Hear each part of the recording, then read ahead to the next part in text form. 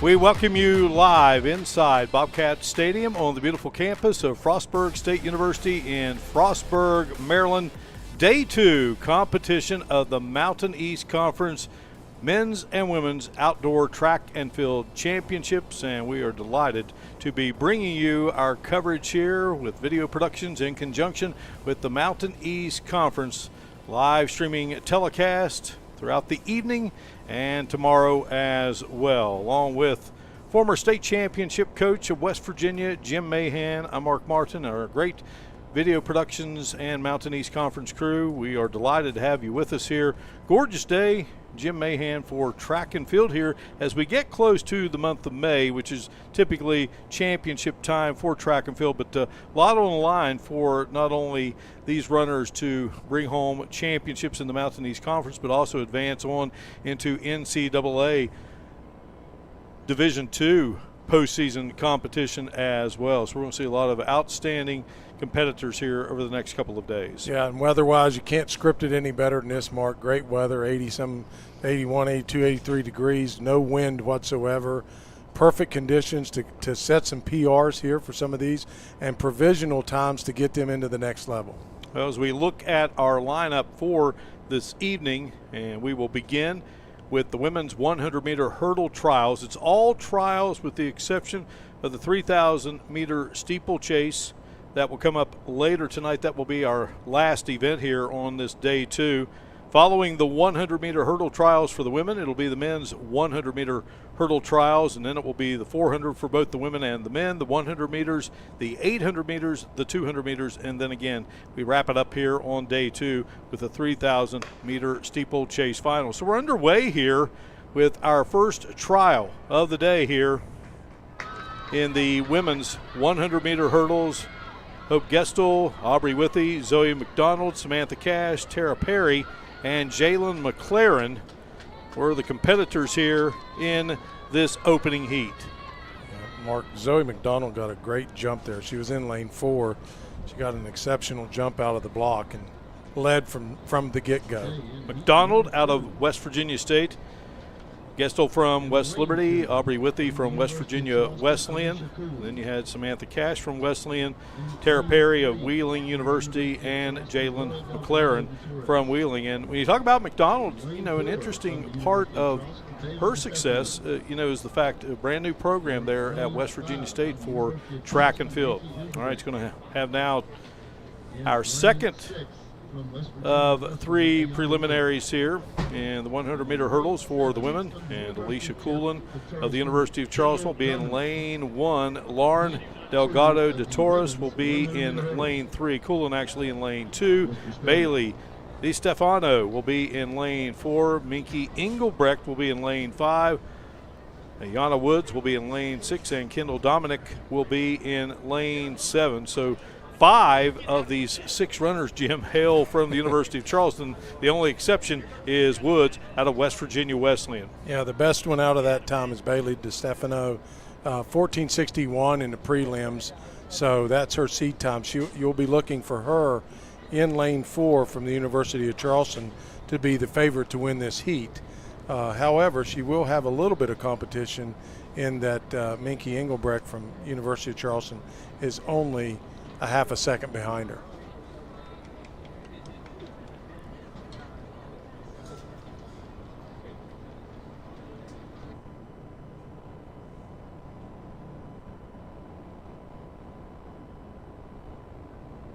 Runners getting set.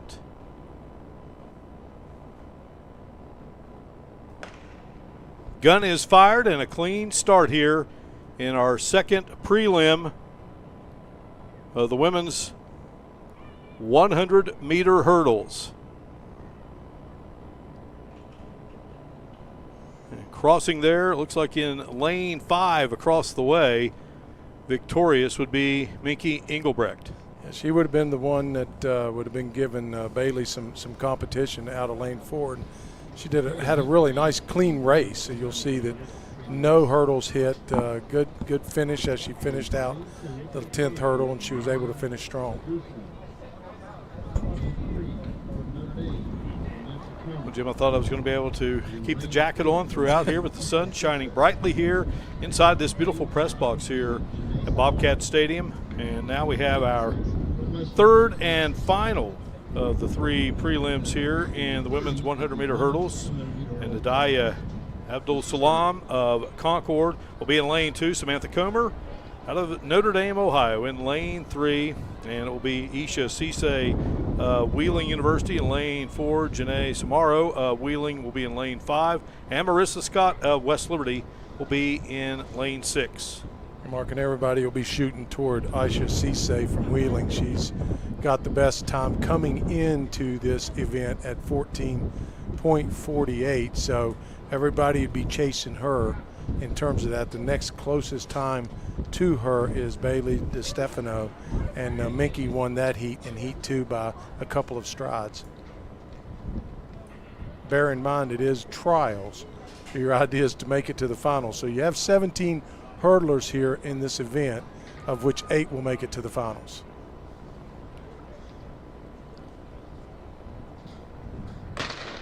Gun fired, and away we go here with our third and final prelim. And Isha Cisse, they're in lane 4. And in lane 3, was it Comer? Comer was not in. I think they vacated lane 3. Okay. Lane 2 was okay, but I think Comer may be a scratch. You see Cisse, she just drives him hurdles and just has great rhythm. Part of being able to good hurdler, not just coming out of the blocks, but having a rhythm and hitting the lead leg every time, and she does that with great effort. Well, now it's time for the men's 110-meter hurdles. Looking at men's team scores at the moment: West Liberty out up front 71, Charleston 56, Wesleyan 51, Frostburg 43, Wheeling 27, West Virginia State 19, Davidson Elkins 13, Glenville State 12, and Concord with 10. Have to come up with some adjustments here. The women run 100 meters in their high hurdles at 33 inches is the height of their hurdle. The men, it's a 42-inch hurdle, and they're running 110 meters. So it takes hurdle crew a little bit of time to get that adjustment made, but hats off to those folks that volunteer their time and their efforts to make this meet go smoothly. Looking at the lane assignments here for this first of 2 prelims for the men, and lane 1 will be open. Mason Reed of Frostburg will be in lane 2. Aaron Kuffner, young man from Parkersburg, West Virginia, Glenville State University, will be in lane 3. Mikey Anderson of West Liberty will be in lane 4. Damian Jackson in lane 5 out of Wheeling University. George Donovic of West Liberty will be in lane 6. And Marlon Moore, a Ritchie County High School, West Virginia product, in lane 7. Jim, we had the pleasure of doing the indoor track and field meet there at the Jeff Small track inside the Klein Athletic Complex on the campus of Marshall University back a few months ago. So we're going to see several of the same names here in the outdoor championship event. A lot of good competitors, some really good races coming up, and I'm looking forward to it. Looking at men's discus throw, and Kellen Tropek of University of Charleston, Frankie Winter of the University of Charleston, Wesleyan's Roman Moore, Charlie Bauman of Glenville, Jordan Dickerson of West Liberty, Robert Salab of West Virginia State, and Julian Matthews of Charleston, Brandon Bowie of Glenville State.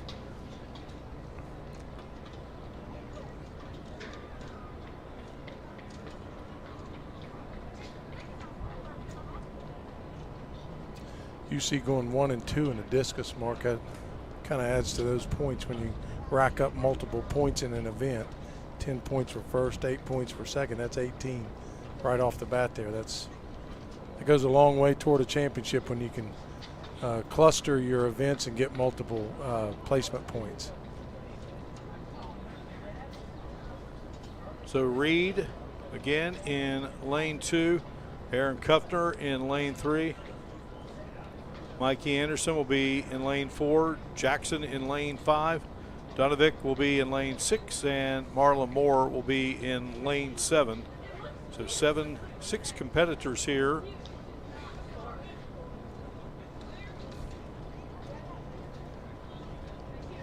And there will be 7 competitors in our second preliminary. In our meet schedule here today for the running events coming up, we'll have trials in the 400 meters for both the women and the men, followed by the 100 meter trials, and then the 800 and the 200, and that'll lead us up to that 3,000 meter steeplechase. Mark, we have 13 total competitors in the men's 110 meter high hurdles. In lane 5 from leading, Damian Jackson. In lane 6 from West Liberty, George Donovich. And in lane 7 from Glenville, Marlon Moore. Your competitors in heat 1 of the men's 110 meter hurdle trials. Mr. Stoner. All right, so Jesse Skiles, the great athletic director at Glenville State University, handling the public address duties.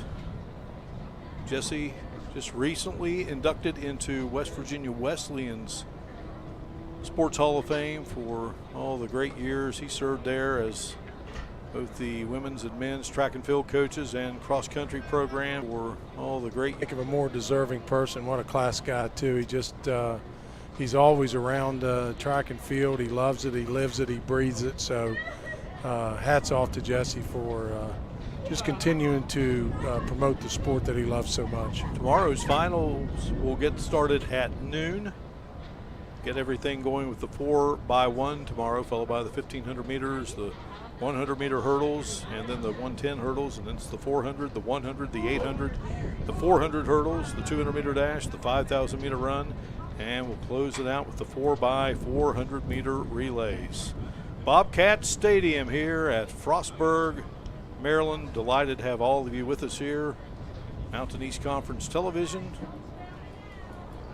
Video Productions producing our track and field coverage with the MEC.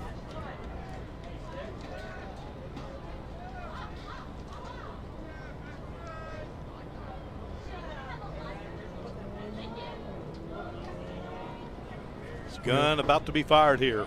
We have a full slate of runners for the first heat of this men's 110 meter high hurdles.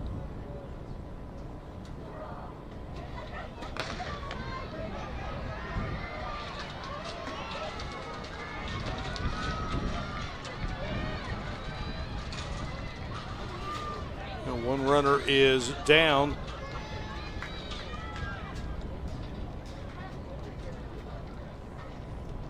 One of the things that you always have to be cautious about, Mark, is, and he's looks like he's going to get up. He has walked off the track under his own power. You see the drag leg back there. The runner out in lane 7, I think that was Marlon Moore. George Donovic is the winner out of West Lib. 15.27 seconds. And we are delighted to have with us down on the field throughout the evening and tomorrow, Colin Kirkwood. Colin, take it away.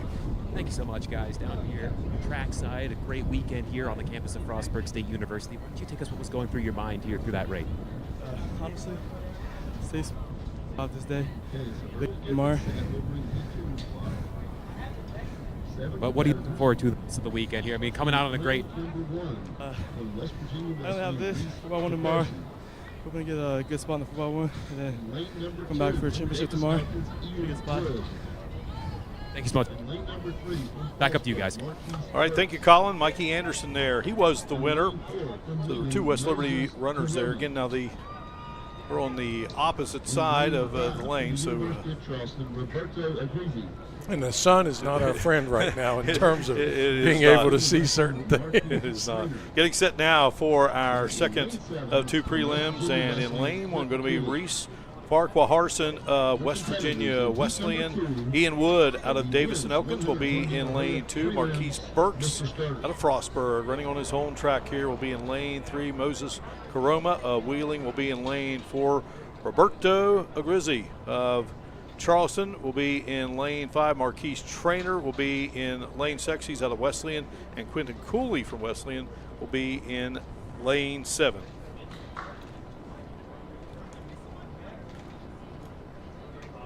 Time-wise, the best prelim time turned in is by Moses Caroma from Wheeling at 14.26. Mark, you might want to focus on him. He will be in lane 4 in this heat, so he would be the one that everyone would be chasing in terms of if they can beat him, they're going to have a pretty good time. Well, again, Wesleyan represented by 3 runners. Farquhar Harson in lane 1, Trainer in lane 6, and Cooley in lane 7. D&E's Ian Wood out of Point Pleasant. He is in lane 2. Marquise Burks, Frostburg in lane 3. As you mentioned, Jim, Moses Caroma in lane 4. And Roberto Agrizzi is in lane 5. Gun has been fired, and Caroma with the nice lead at the moment. Boy, just high stepping, Jim, over those hurdles. It was a very clean race for Moses. He didn't hit a single hurdle. He was a very, very nice race for Moses. Comes out, you notice how those hips are above the hurdle, and he just drives that lead leg over it. He doesn't have one single step where he's completely in his rhythm through all 10 of the hurdles, straight through to the finish line. Moses Caroma, not even close. All right, so our first 2 running events, the 100 hurdles and the 110 hurdles, have been completed here. Trials and again finals coming up tomorrow from here inside Bobcat Stadium. And of course, these guys and women are going to be busy doing other things, but tomorrow get on the track at 12:40 for the women and 12:50 for the men. All right, we break away here inside Bobcat Stadium, Frostburg, Maryland. We come back. You're watching live streaming coverage of the 2024 Mountain East Conference Women's and Men's Outdoor Track and Field Championships. Being a champion takes more than skill, more than endless drills, more than using your head. Being a champion takes the heart to give it your all, the agility to thrive from any angle, and the relentless drive to be the best. Welcome to Division II, where the pursuit is yours to create, and the question isn't, can you do it? It's will you? The men's qualifiers, as that becomes available. Choosing health coverage for your family, your employees, and your company is one of the most important decisions you can make. The health plan proudly supports our active and healthy communities and has been your most trusted carrier for over 40 years. We are here for your family. We are here for your business. We'll be here for you when you need us most, because your health coverage is our priority. The health plan, here for you. What are you working for? Do you want to pursue your athletic potential while earning a degree that will benefit you for a lifetime? Do you want to play at the highest level in your sport? Do you want to be a champion? That's what the proud members of the Mountain East Conference are advancing toward every day. Providing opportunities and pursuing excellence. The Mountain East Conference. I'm Keith Powell, and I'm in love with helping you get your next car, truck, or SUV. I love saying yes to $2 down. I love saying yes to $200 monthly payments. I love saying yes to up to $2,000 more for your trade. And I love saying yes to your approved with my Keith Says Yes credit approval process. All of this plus a lifetime warranty only at Yes Chevrolet in Hurricane. Being a champion takes more than skill, more than endless drills, more than using your head. Being a champion takes the heart to give it your all, the agility to thrive from any angle, and the relentless drive to be the best. Welcome to Division II, where the pursuit is yours to create, and the question isn't, can you do it? It's will you?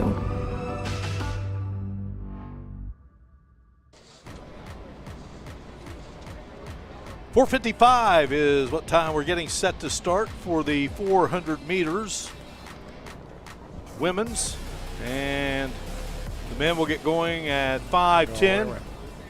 So we have now had our prelims in the women's 100-meter hurdles. Zoe McDonald of West Virginia State won the first heat of the 3 prelims, and the second heat captured by Minky Engelbrecht of University of Charleston. And then it was Aisha Cisse of Wheeling taking the third of the 3 prelims. Then on the men's side, Mikey Anderson of West Liberty taking first. And the second heat of the 2 prelims, Moses Karoma from Wheeling was the winner. So now, Jim, something we see differently. We see a lot of high school track and field, and we get our chances to do college track and field, and something you don't see at the high school level is a prelim for the 400 meters. Yeah, you don't typically see a trial in the 400. They are simply called finals just because of time constraints and other matters as well. But one of the things I want to point out, Mark, to maybe some of our viewers out there that are novice into the track area, that when they see these runners line up in their lanes, they will stay in their lane the entire time around the track. It's one lap, 400 meters, 437.445 yards, so it's just shy of a 440 in the old days. The other thing is they're all going to be running the same distance. Even though they stagger them out, it looks like somebody has an opportunity. So one of the things that you're going to look at, like when we look at the first heat, in lane 4 we have Isabella Mastria from Frostburg. 57:26 is her time, which places her as one of the best times in the group. Now they take the top 6 times and they mix them up in different heats. There's 2 actual heats. There's 8 runners in each heat. So they take some of the best times and they put them in one heat, some of the best times and they put them in the second heat. And then everybody's actually working toward that. I mean, the 4th lane is typically a very strategic lane because it allows you to see people coming to the inside of you. Plus, you're allowed to keep your eye on the ones that are out in front of you. Well, look, here are the lane assignments for this first of 2 heats in our preliminary round. Isabel Torres of Glenville State will be in lane 1. Geneva Golden of State is in lane 2. Dakota Johnson out of Wesleyan is in lane 3. Isabel Mastria of Frostburg is in lane 4. Bailey DiStefano of University of Charleston is in lane 5. Izzy Williams of Concord in lane 6. Jalen Clayton of West Virginia State is in lane 7. Erica Davis of the University of Charleston is in lane 8. So Zoe McDonald comes away with the best qualifying time in the 100-meter hurdles at 14.56 seconds. Young lady out of West Virginia State.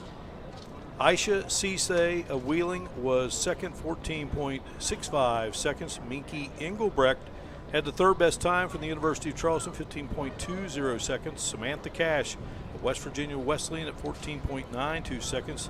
Ayana Woods of West Virginia Wesleyan at 15.38 seconds. Had the 5th best time. Janae Samaro of Wheeling had the 6th best time at 15.38 seconds.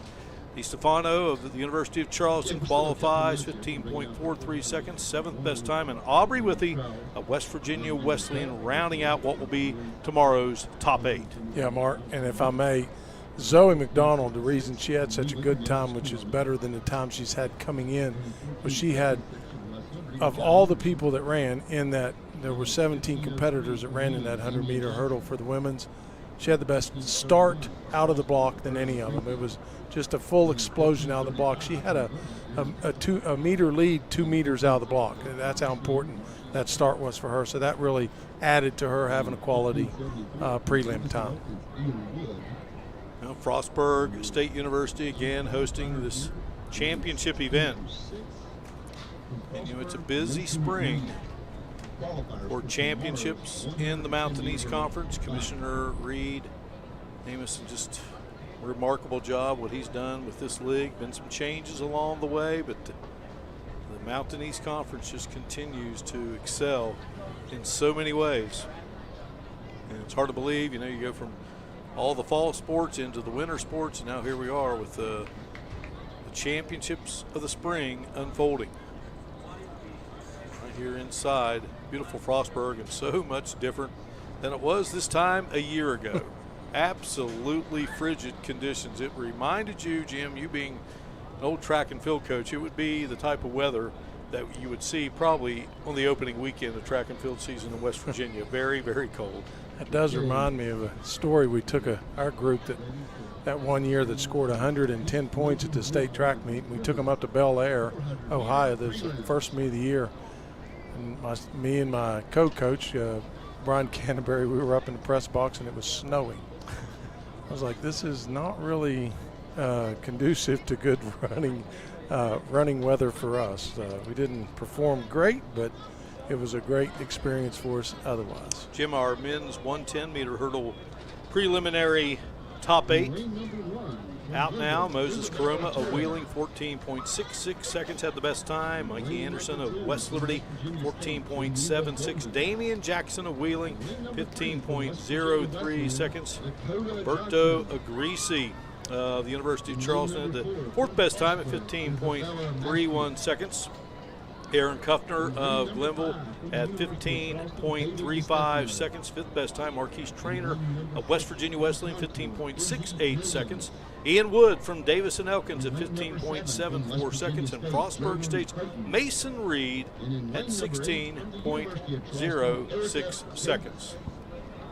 And that is a pretty balanced in terms of times, Mark. You got anywhere from 14.66 to 16.06 with some really close races. You're going to have Moses Caroma right beside Mikey Anderson. I'm sorry, Damian Jackson. They'll be going head-to-head, both of them on the same team. Well, this event coming up, Jim, one of my favorites. I love it. It's just a dead sprint for one lap. Yeah, it's called the dash. It's not called the run. It's not an 800. It's not like a run. It's a dash, and it's all you got, and it's grueling. And there's strategy in it. People think you just run as fast as you can until you run out of gas. No, you're trying to hit times. Typically, they'll break it down. Some coaches like to break it down into the curves and the straights. Other coaches like to break it down into 2 halves. Where were you at the 200-meter mark? Where you got to be when you finish it up. So there is more strategy to this than a lot of people think. And then throw in the strategy tomorrow when you put the hurdles on the track for the 400-meter hurdles, which we will look forward to seeing tomorrow. So again, women's 400-meter dash, heat 1 of 2 prelims coming up here. Isabel Torres of Glenville State, Geneva Golden of West Virginia State, Dakota Johnson, West Virginia Wesleyan. Those are lanes 1, 2, and 3. Isabel Maestria of Roxburgh, Maryland in lane 4. Bailey DiStefano of Charleston is in lane 5. Izzy Williams in lane 6 out of Concord. Jalen Clayton of West Virginia State in lane 7. And Erica Davis from the University of Charleston is in lane 8.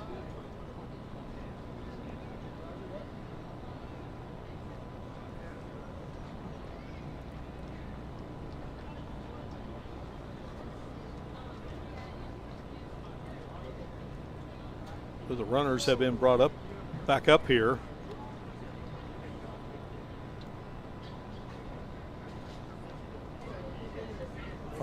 Are we missing a runner, Mark? I'm thinking lane 2's open. I believe lane 2 is open. Geneva Golden.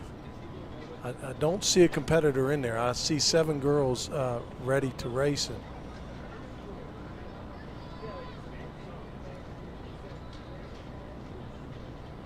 Have a very unusual start from one of the competitors in lane 3, which is Dakota Johnson, will be standing. We talk about Maestria there in lane 4 out of Sykesville, Maryland, Century High School. Number 2 long jump in school history. Number 7 in the 400 meter in school history.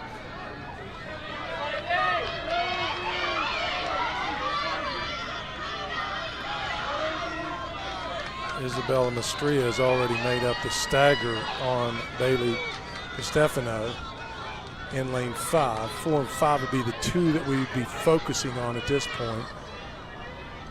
Mastria is doing a nice job with her stride. She's looking really strong in his second curve. Coming off it with just over 100 meters to go. She's already made up the stagger on every one of them. In the white there is Mastria starting to pull away. Lane 3, Dakota Johnson trying to make a move there, Jim, for second. Mastria gets the win, and looks like Johnson will finish second. Yeah, pretty solid time from Isabella Mastria. She came in with a qualifying time of 57.26. She was somewhere in that neighborhood on that qualifying run, but probably saving a little bit of the fuel in the tank for the finals on tomorrow. Good solid run from Mastria from Frostburg. All right, and let's head down to Colin. Why don't you take us through what was going through your mind there, making it all the way around through and coming out in first here? I just knew I had to get out fast because the girl in lane 5 was really fast, so I was like, I just got to keep with her. And I just tried to hold on at the end. So, yeah. What are you looking forward to for the rest of the weekend here? 4x1 and the 4x4. Really excited about those. Thank you so much.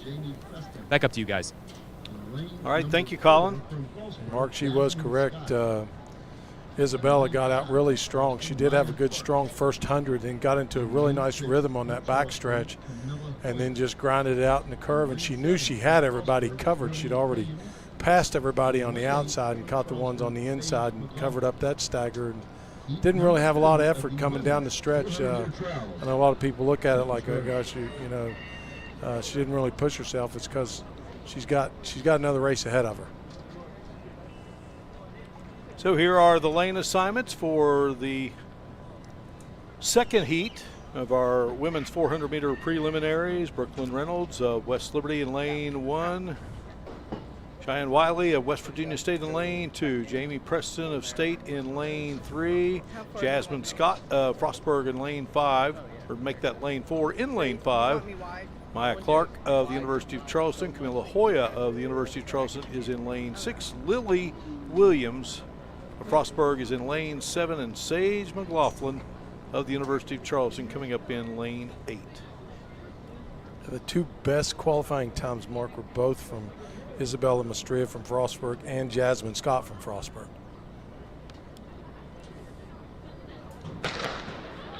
Gun fired, and away we go. Wow, Jamie Preston is just on jets right now in lane 3. West Virginia State. We'll try to stay on the inside shoulder of Jasmine Scott from Frostburg State and see what we got at the end of this race. Preston coming in with the time, a seed time of 58.76 seconds. No, the button is stuck, completely stuck now. You get to that turn right here, Jim, and you really got to turn it on. Yeah, this is where you see from all that training, here it comes. He comes down to Jamie Preston and Jasmine Scott in lanes 3 and 4, respectively, and Scott is pulling away. She's kind of stretching it out, isn't she? Jasmine Scott now. Preston just trying to hang on for second, but going to be passed up there by the University of Charleston. Yeah, it looks like that Camilla Hoya passed her up from out there in lane 6, which will change her lane assignment for the finals tomorrow, but nonetheless, Jamie Preston will be in one of the elite positions for the 400 tomorrow.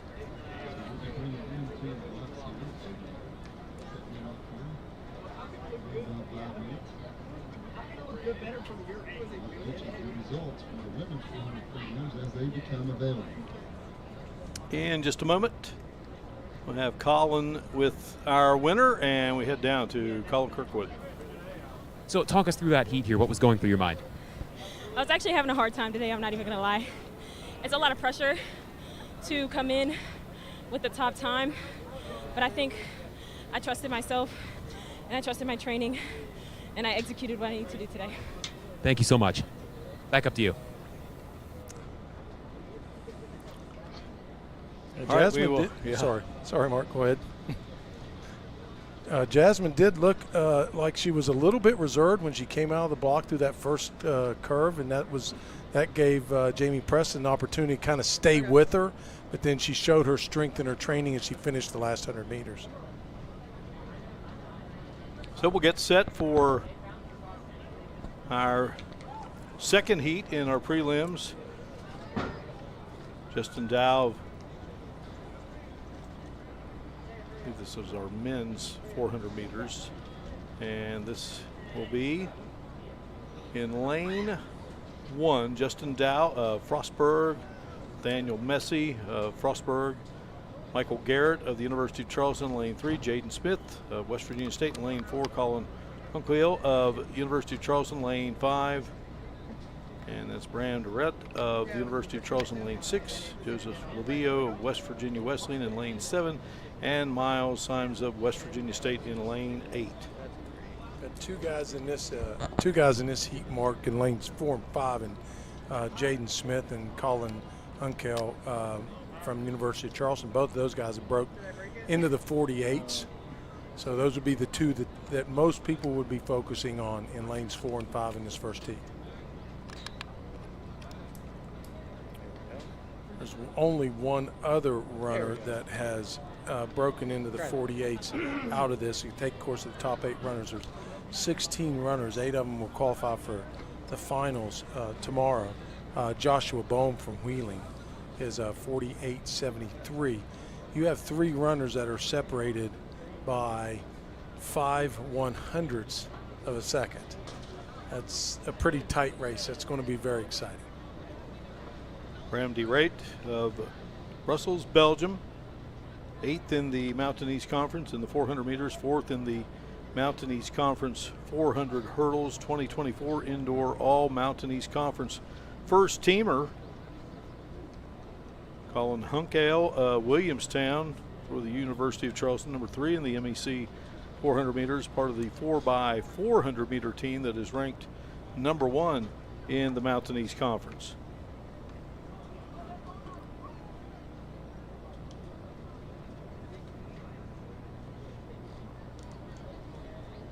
Jim, our system went down, but it is back up. We're up and running, no pun intended.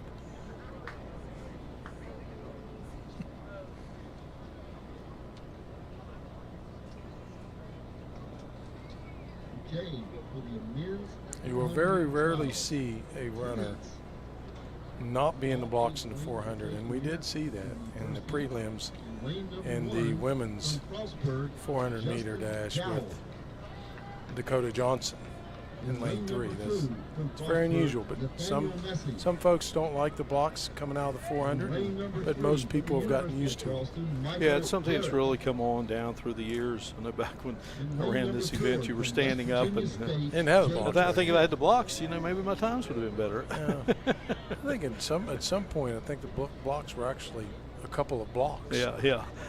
There weren't enough. It wasn't one unit. It was what are you saying? I don't want to put you in that category. I don't think you was that far back because we both graduated in the same years. All right, so again, Justin Dow, Frostburg in lane 1, Nathaniel Messi lane 2, Michael Garrett in lane 3, Jaden Smith is in lane 4, and then you have Colin Hunkiel of University of Charleston in lane 5, and his teammate Bram de Rate is in lane 6. Joseph Levillo is in lane 7 out of West Virginia Wesleyan, and Miles Symes of West Virginia State is in lane 8. So 2 state runners, a couple of UC runners, a couple of Frostburg runners. West Virginia Wesleyan represented here.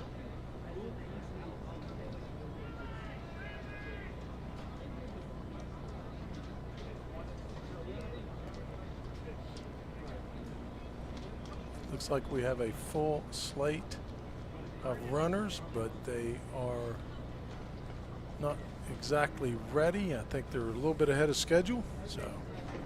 So again, it's 3 UC runners and not 2. And 2 Frostburg runners, 2 West Virginia State runners, and 1 from West Virginia Wesleyan. Again, they really do a good job. They keep it on schedule. And again, this men's 400-meter trials set to get underway at 5:10, so about 3 minutes shy of that. In the weather conditions, well, it couldn't be better. Over 80 when we got it started here. Winds from the southwest about 8 miles per hour. Just a gorgeous day, gorgeous campus here at Frostburg State University here in Frostburg, Maryland. It's kind of in between here, Morgantown, West Virginia, and Cumberland, Maryland. Well, they've got some great facilities here, Jim. Just a great looking school. Wonderful. Just spectacular. What the weather's great. The competition is fierce out there. They've put in a lot of time, a lot of effort, and a lot of people look at track and field and they say, oh, that's just something you do in the spring, I guess. You just go out and run. No, sir. No, sir. They're training year-round. And it was Isabel Mastria of Frostburg. She won the first heat of the 2 preliminary races for the women's 400-meter dash, and Jasmine Scott from Frostburg took the second heat. Still awaiting the results from the preliminaries to give us the top 8 for tomorrow's competition.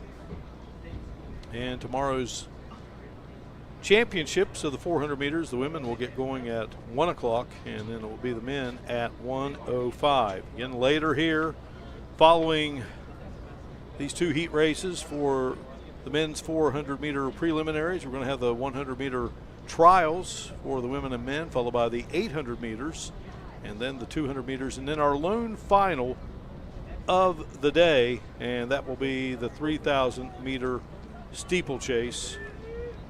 Gun is up, and we're getting close here to the start of our men's competition here in the 400-meter dash, along with former state championship coach Jim Mahan here in the booth. Colin Kirkwood down on the field. I'm Mark Martin with our great crew. Brian Shepard is our producer, director, which mounts the executive producer of our Mountain East Conference outdoor track and field championship coverage here on Mountain East Conference television. Gun has been fired. Jaden Smith coming out strong in lane 4. He's the one you want to focus on. Colin Hunkley from University of Charleston in lane 5. Yeah, Hunkale comes in as a kid from Williamstown, and a great program there. Jaden Smith of West Virginia State, again, brand new program, came in with a seed time of 48.77 seconds. I'll tell you right now, one that's running great is Nathaniel Messe from Frostburg. He is just striding it out with it, just churning up some acreage on that last 100 coming in. If he can hold him off, it's going to be a great time for him. You see Messe with the victory. Coasted in at about 48 and a half. Yeah, he was under 50 as we look up at the clock there. Must be feeling it running on his home track here today. Justin Dow, Nathaniel Messe out of Frostburg representing the Bobcats. Michael Garrett of the University of Charleston. Colin Hunkale, Bram DeRate of University of Charleston. 3 runners there. Jaden Smith got that strong start. Joseph Lavillo, West Virginia Wesleyan, and Miles Symes of West Virginia State. That was the 8. And so we're going to get set now for Heat 2 of these 2 preliminaries. And we're going to have Tyler Minter of West Virginia State in lane 1. So drop West Virginia Wesleyan will be in lane 2. Ian Gardner will be in lane 3. Gardner out of Concord. Wheeling will have Joshua Bame of Wheeling University. Lane 5 will be Alejandro Salgado of University of Charleston. Thias Watson of West Virginia State will be in lane 6. Caden Trotter of State will be in lane 7. And Paul James of Frostburg will be in lane 8. 7 from West Virginia State, Caden Trotter. In lane 8 from Frostburg. 2 best times in this heat belong to Joshua Bone from Wheeling at 48.73, followed by Alejandro Salgado from University of Charleston at 49.04.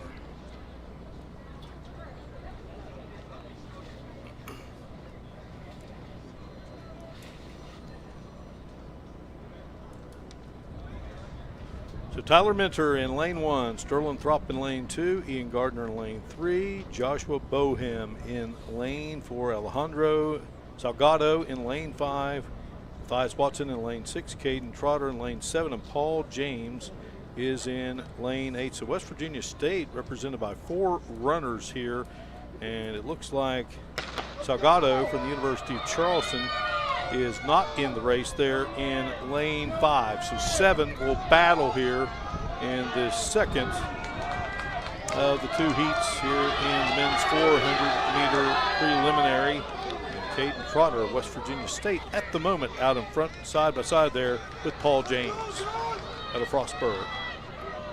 Of course, things can change in the turn, Jim. It does. Well, right now your leader is Sterling Throp from West Virginia Wesleyan, but he's just gotten past there by Joshua Bohem from Wheeling. Now we have a 3-horse race coming down the last 100 meters with a strong finish from Ian Gardner. Bohem and Ian Gardner. It's going to be Bohem, Ian Gardner, and I believe Throp may have hung on to 3rd. Yeah, it looks awful close there for 3rd.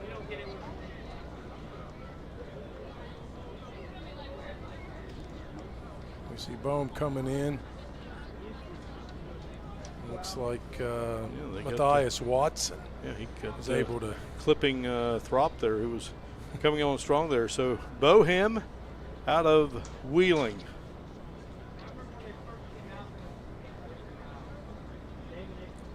Joshua Bohem came in at 48.73 seconds.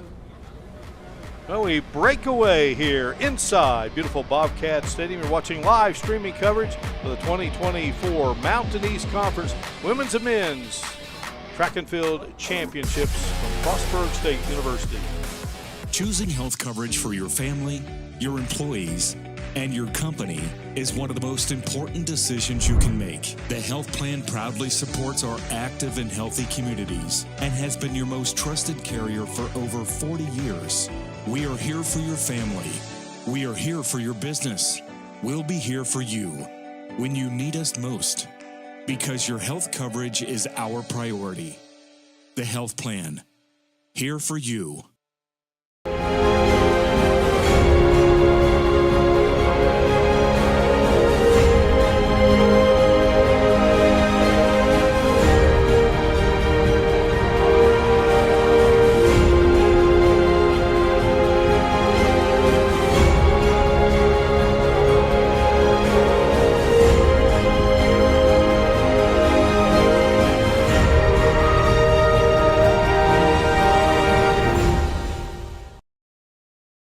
In NCAA Division II, community engagement is an initiative at all 25 national championships because student athletes want to give back while competing for a national title. Over the course of the year, Division II student athletes have an opportunity to leave a lasting impression in local communities throughout the country. Whether Division II student athletes are volunteering at hospitals, schools, after-school care programs, foster homes, or retirement villages, they make a difference in the lives of others. In Division II, we rise to the opportunity and make community engagement ours.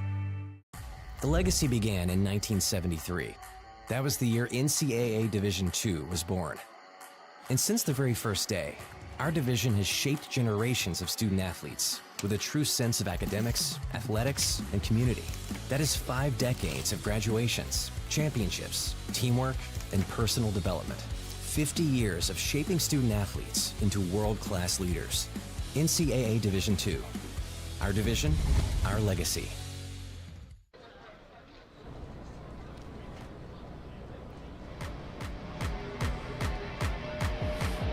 Back inside Bobcat Stadium. Well, Jim, I think we both have sweated off a few early on here, but the sun has gone behind the clouds for a moment here. But what a gorgeous late afternoon for track and field day 2 here of our coverage on Mountain East Conference Television. I want to Give a big shout out to our great friend Jerry Milliken, watching in from Spencer, West Virginia, Hall of Fame coach at Glenville State.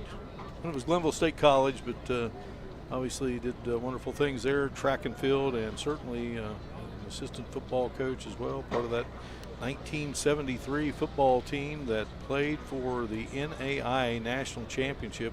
And I always love to say this, to get to the National Championship game at Fairfield Stadium in Huntington, Glenville had to win a game in Ripley, my hometown, Memorial Stadium there on the muddy turf of Memorial Stadium, beat Carthage, Wisconsin 14-7, and to Jackson County. It's a guy from your hometown, Ravenswood, Steve Buffington, caught both touchdown passes. A guy from my hometown, Jay Chambers, kicked both extra points. And there you go. All right, Jim, what have you seen so far here? Well, I've seen a lot of good competition. We're going to take a look at the start here. You notice that they're using blocks in the men's 400, which they should be using because it does help you accelerate out of there quicker. And you see how these guys are going to try to not flirt with the line. They're going to stay close to the line, but you notice that when you're exploding out of there, your whole object is to get out of that block as soon as possible. Now, we don't have time sensors in the block like they do in the Olympics, where you can try to anticipate the gun and see, when, because starters have a rhythm in how they start a race, when they're all based on tempo. And sometimes the runner will try to guess when the gun's going to be shot, and the difference in having just regular starting blocks and time-sensitive starting blocks is the human brain can't comprehend that difference when you hear that sound. If you're leaving that block within 0.2 of a second from the time the gun's sounded, then it's going to register as a false start because you can't react that quickly. You are just anticipating, and basically what you're doing is guessing. We don't have that circumstance here, but as these runners compete and continue, if any of them get to that level where they are expected to be, you're talking about a difference in a gold medal and a bronze medal is 100th of a second. So, it comes down to being that fine. But we've seen some really good races, some good strategy. I really like the way Nathaniel Messi from Frostburg ran his race.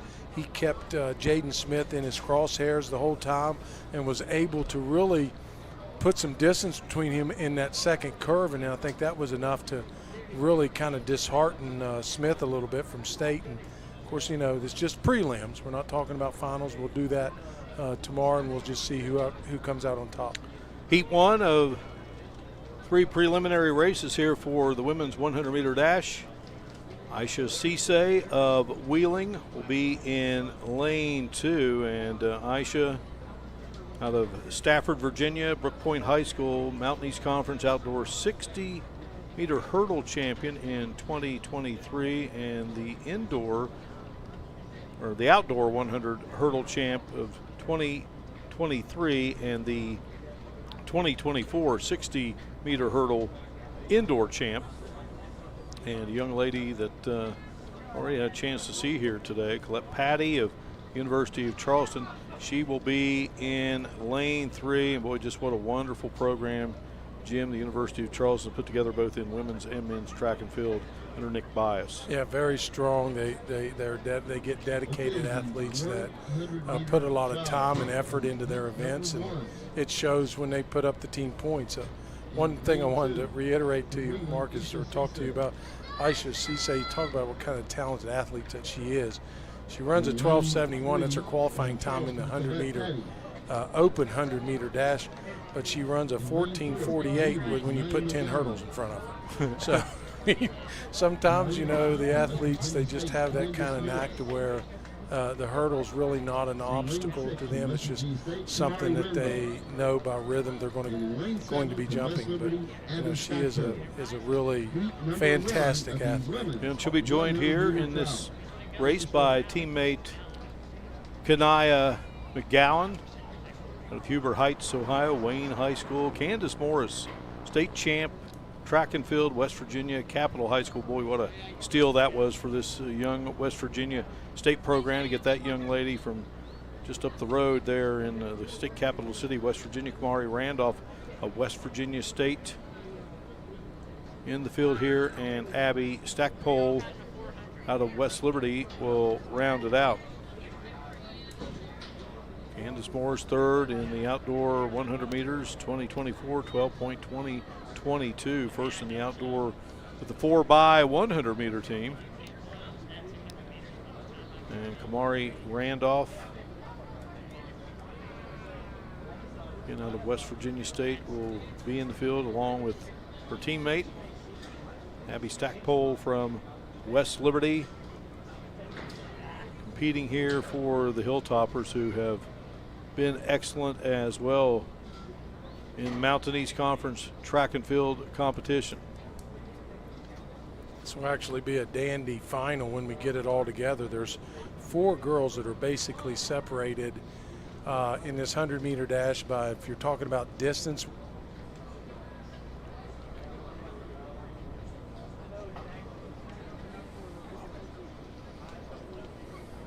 Malika Halab from Frostburg at 12:17, and then you have 12:22 with Candace Morris and Kanaya McGowan at Wheeling at 12:22. So in terms of time, you say, well, that's a big difference. It is, but a tenth of a second in a sprint is typically about a yard and a half. We have a separation of 2/100ths of a second between Malika Halab from Frostburg and her teammate Valerie Boards from Frostburg State at 12.15. So should be a very interesting prelim to see how we go from there. Yeah, the runners just awaiting here. Chance to get on the track and compete. Great day of track and field competition here inside this beautiful stadium, Bobcat Stadium, Frostburg, Maryland. So again, Aisha Cisse of Wheeling in lane 2, Colette Patty of University of Charleston lane 3, Kanaya McGowan of Wheeling is in lane 4, Candace Morris in lane 5 out of West Virginia State, Kamari Randolph of West Virginia State in lane 6, and Abby Stackpole of West Liberty is in lane 7. First of 3 races here for the women's 100-meter dash.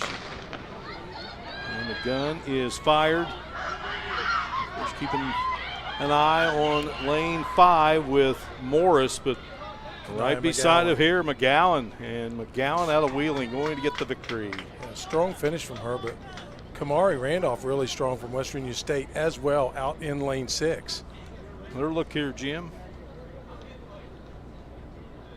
Yeah, it was a good clean start. They came out of the blocks well. You notice there in lane 5 was Kamari Randolph, how she widens her strides when she comes out, but then really good finish out there in lane 6 from Kamari Randolph to finish second in that heat behind Candace Morris, or Kanaya McGowan. All right, down to column we go. A close finish there. Take us through that at the end. I just thought about what I needed to do. I wanted to execute in my race, and I just finished, and I just picked up my speed. Couldn't have said it any better myself. Anything else you were thinking about there when you were running through that one? A short one, obviously. Well, it's my senior year, so I'm really just going after it at this point. So I got to do what I got to do, and yeah, I'm ready. Thank you so much. Back up to you guys. All right, Hubert Heights High School, Wayne, Ohio. That young lady, Kanaya McGowan from Wheeling, gets the win there in Heat 1 of our 3 preliminary races for the women's 100-meter dash. Now we move on to Heat 2 here. Shannon Farrow of Wheeling will be in lane 2. Kyara Ross of West Liberty will be in lane 3. Malika Habib of Frostburg will be in lane 4. And Taya McAllister of West Virginia State will be in lane 5. Iana Woods of West Virginia Wesleyan is in lane 6. And Alexandra Peckett of University of Charleston is in lane 7. Gun fired. Away we go.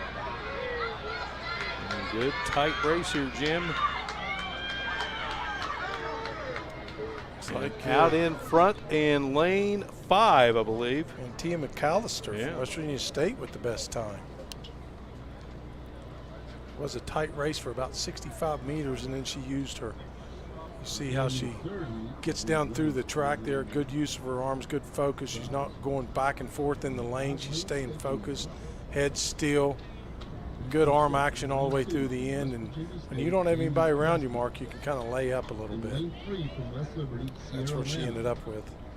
So we now move on to our third heat of our preliminary races. Jamie Preston of West Virginia State will be in lane 2. Sierra Lanham, lane 3 out of West Liv. Valerie Wards of Frostburg State is in lane 4. Zoe Ledette of State in lane 5. And Deja Riles of Wheeling in lane 6. Down the column we go. Another close finish here. Why don't you take us through those final few steps? I was just hoping that I had a good drive pace. I seen we was head to head beside each other in the middle, so I was just trying to finish off strong and keep my knees up. Thank you so much. Enjoy it. Back up to you. It's interesting she said that. She had a little bit of a clip in the middle of the race where she's trying to keep her stride up and her toes up. I didn't see any stumble from her, but she obviously felt it, so she tried to regain her form and her focus as she finished it out, and obviously did a good job of winning that heat. Men's 100-meter trials coming up here. We have 5 competitors here in this third and final heat. The fastest time of any qualifier coming into this is Valerie Boards from Frostburg. She will be in lane 4, Mark. She would be the one to beat.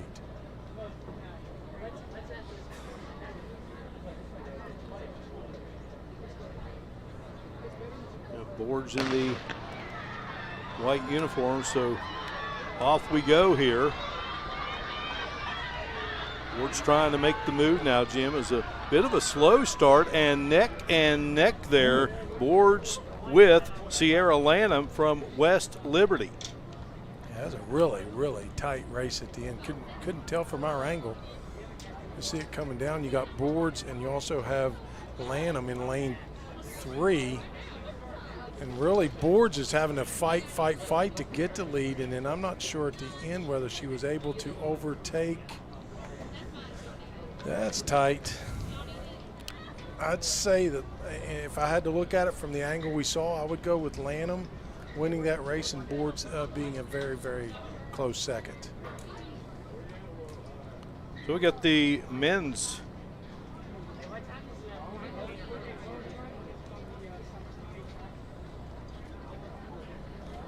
We're going to break away here. We shall return. Men's 100-meter trials coming up here. You're watching live streaming coverage of the 2024 Mountain East Conference Women's and Men's Outdoor Track and Field Championships from Frostburg, Maryland. Choosing health coverage for your family, your employees, and your company is one of the most important decisions you can make. The health plan proudly supports our active and healthy communities and has been your most trusted carrier for over 40 years. We are here for your family. We are here for your business. We'll be here for you when you need us most, because your health coverage is our priority. The health plan, here for you. What's possible when you have the freedom to explore things that inspire you? To be a part of a community that supports and challenges you? Where can you go to find the space and time to reach your goals? Who can you become when you're able to make connections in a place where you belong? Find out what's possible at Frostburg State University.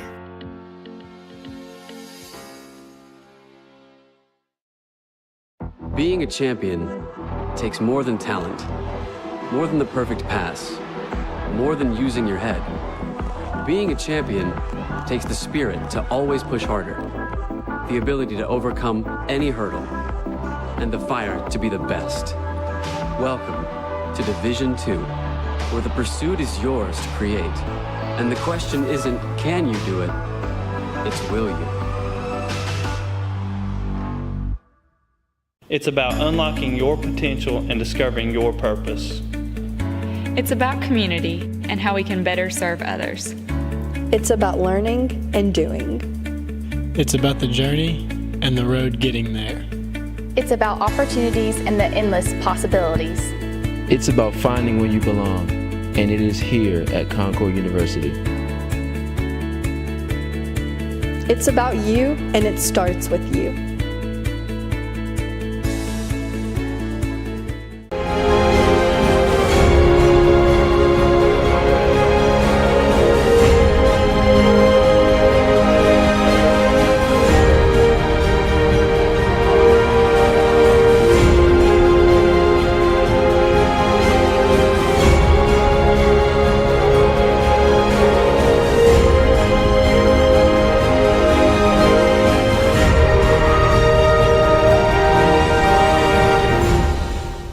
Davidson-Elkins College will shape your future through personalized curriculum and career-focused internships. D&E is known for the quality of nurses, business leaders, and teachers we prepare for the field.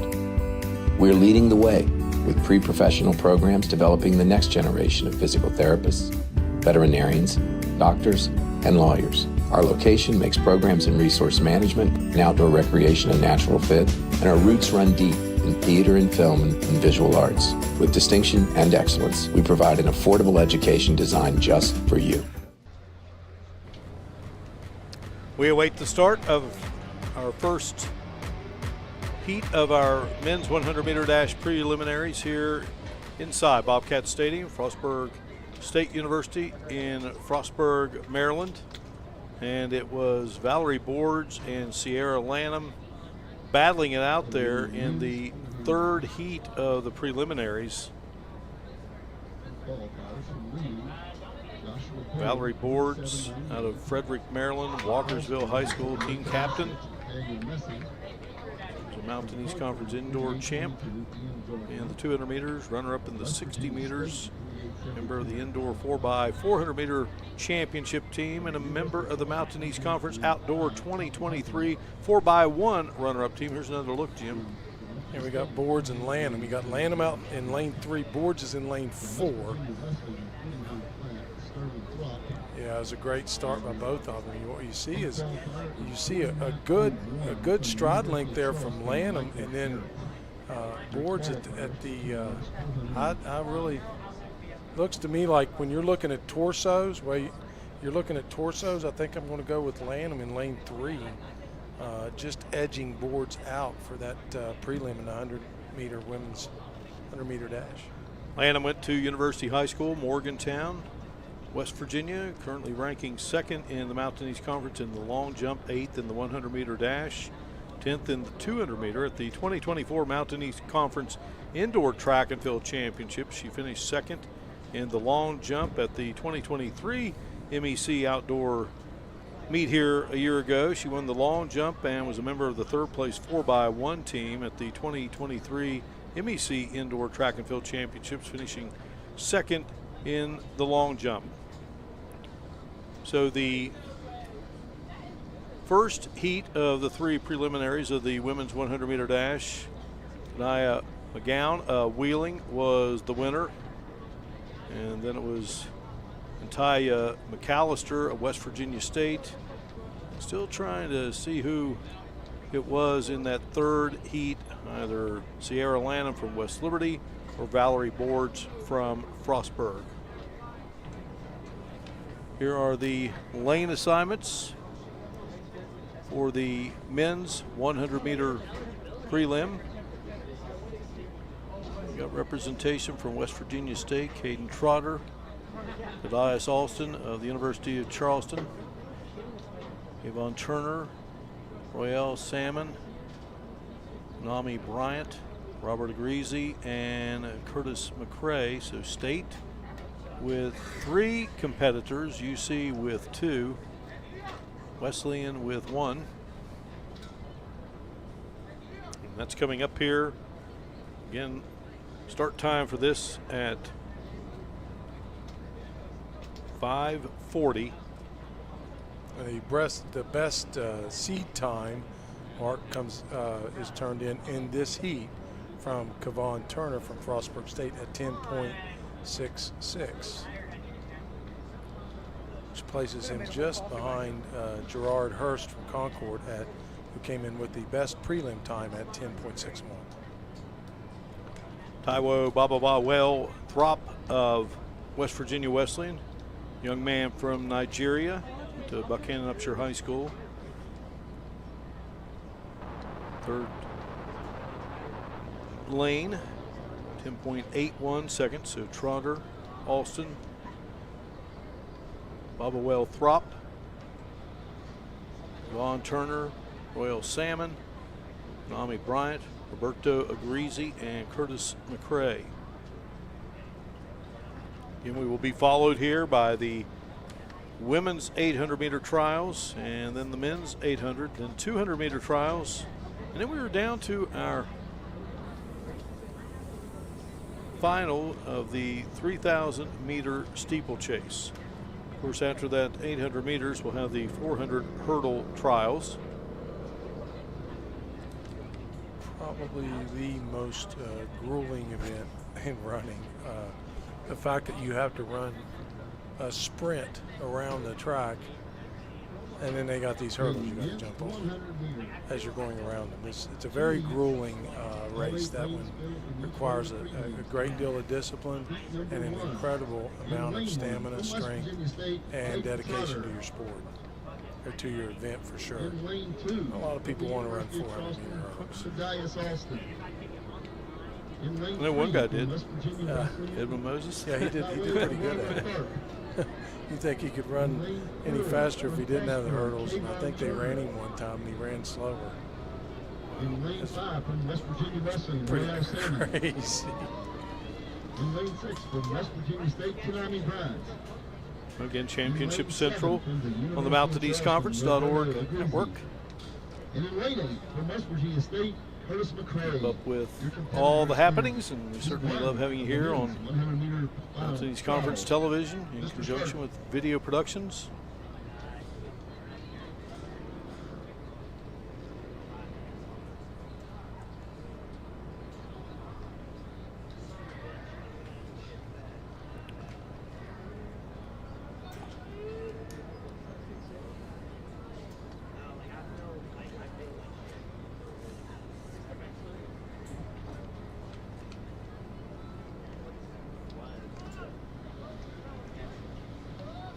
Are missing a runner, I believe.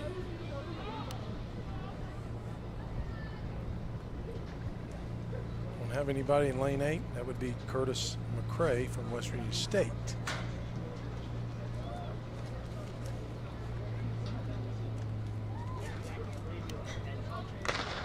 Well, the gun has been fired, and we are off here with the men's 100-meter dash, heat 1 of 2 prelims, and Yvonne Turner battling there with Bobawell Throp of Wesleyan. Look at the start, Jim. A great start there by Turner, and he was just coasting for the first 40 or 50 meters, and then he gets a big challenge from Bobawell Throp in lane 3 from West Virginia Wesleyan. Yeah. Looks like Bobawell Throp was able to pull it out. Now, in defense of Kevon Turner, this is a trial, and he's not running in the final. And he did. It looked to me like the last 6 or 7 meters. He's okay. Throp, young man from Nigeria, went to high school at Buckhannon Upshur. Was a standout at the West Virginia High School track and field meets and stayed right there in Buckhannon to compete at the collegiate level.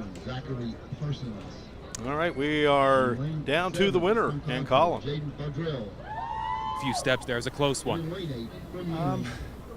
I've been working on my acceleration, and last week I ran 21.4 in 200, so I just kind of like, it's just my mindset. So I know if I come here, I'll do very good, and that's what I did. Thank you. Congrats. Back up to you. Well, that was an interesting comment from Bobawell Throp. He said he was working on his acceleration, which means, you know, he's looking at the second half of the race to try to accelerate. And people say, well, you only got like 10 and a half seconds to get through the event. But there is a lot of mental part of the race, not just the start, not just the first 30 or 40 meters, and not that acceleration piece when you're getting from the 40 meter onto the 80 meter. It's just that last 10 or 15, how you're pushing across the finish line. And you can see there that Bobawell Throp was able to accelerate from like the 70 meter on to about the 90 meter, and then he was able to overtake Kevon Turner. All right, getting you set here for Heat 2 of the prelims. Lorenzo Ferrara of West Liberty in lane 1. Calvin Blunt of Wheeling lane 2. Tyrell Brooks of West Virginia State in lane 3. Gerard Hurst of Concord is in lane 4. Timber Usmans of the University of Charleston's in lane 5. Zachary Parsons of UC in lane 6. Jaden Fodrell of Concord in lane 7. And Jan Ray of Wheeling is in lane 8. Gun fired, away we go. Gerard with a great, Gerard Hurst with a great start. Came out of the gates like a bullet now. The Concord Mountain Lion, and then a good finish there by Usmans, I believe. Yeah, I believe Usmans got even a little bit of a challenge there toward the end. Sorry, I'm so sorry. Yeah, this is a phenomenal, very solid start by Gerard Hurst out of Concord. Good start for him, good acceleration coming down through, using that arm action. He kind of lets up right there with about 10 meters to go, and he already knows he's got it, but pretty sure he was able to take Timber Usmans from Charleston. But we did see a little bit on the inside of a battle there with Tyrell Brooks from West Virginia State. So Hurst out of Lincolnton, Georgia, Lincoln County, came to Concord from Tusculum and leads the Mountain East Conference in 100-meter dash, 10.61 seconds, career best time at Lee in early April. So leaves Tusculum to become a member of great Mikey Cox's program there at Concord. And it looks like Colin, let's see if he has been able to snag our winner from Athens, West Virginia, Concord University. Another close finish there down the stretch. Talk us through that one. Throughout the race, to the 40. After that, just all training after that, I've been focused on my 200 this year so I can finish the last 60 of my race strong. So that was it right there. That was the crux of my training. So I just thank my coaches, for helping me finish my last 60. So, yeah. Thank you so much, man. Congrats. Back up to you. All right, great job there by Hurst. And, he learns from one of the best, a guy who was a great distance runner, but Mikey Cox has done just fabulous work there at Concord University. So we got a break in the action here. We will return to Bobcat Stadium as we bring you the women's and men's outdoor track and field championships of the Mountain East Conference. I'm Keith Powell, and I'm in love with helping you get your next car, truck, or SUV. I love saying yes to only $2 down. I love saying yes to $200 monthly payments. I love saying yes to up to $2,000 more for your trade. And I love saying yes to You're Approved with my Keith Says Yes credit approval process. All of this plus a lifetime warranty only at Yes Ford in Huntington. At Glenville State University, you can discover friends to last a lifetime, professors who broaden your perspective, and the skills and education for future success in a small town environment.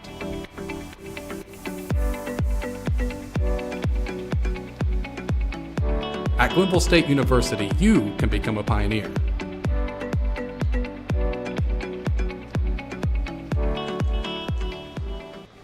In life, things aren't scripted. If you're an athlete, we need people like you and translate those skills to officiating. You can get a lot out of it. It happens in every town, in every game.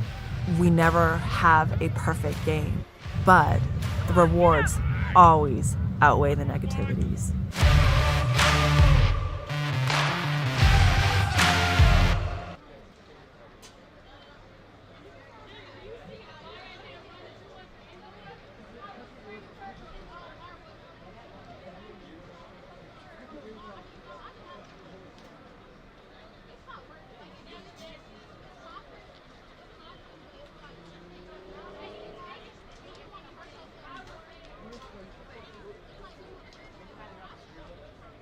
that I don't like here. It is definitely a very diverse university. My roommates from Sweden, Germany, Caribbean, so many places. The academics has been stellar as well. The professors are very nice here. Every single person within the classroom feels appreciated. The campus is absolutely beautiful. Everything's a close, easy walk. I will recommend this place to everyone. I feel so at home here.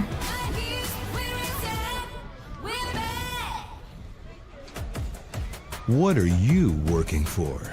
Do you want to pursue your athletic potential while earning a degree that will benefit you for a lifetime? Do you want to play at the highest level in your sport? Do you want to be a champion? That's what the proud members of the Mountain East Conference are advancing toward every day. Providing opportunities and pursuing excellence. The Mountain East Conference. Launch your healthcare career at West Liberty University. We offer health science degrees in programs like nursing, dental hygiene, speech pathology and audiology, medical lab science, pre-medicine, psychology, biomedical science, or the physician assistant program. Our faculty have the experience to prepare you for a rewarding future. There's never been a better time to prepare for a healthcare career, and there's no better place than West Liberty University. Find out more at westliberty.edu/healthcareers.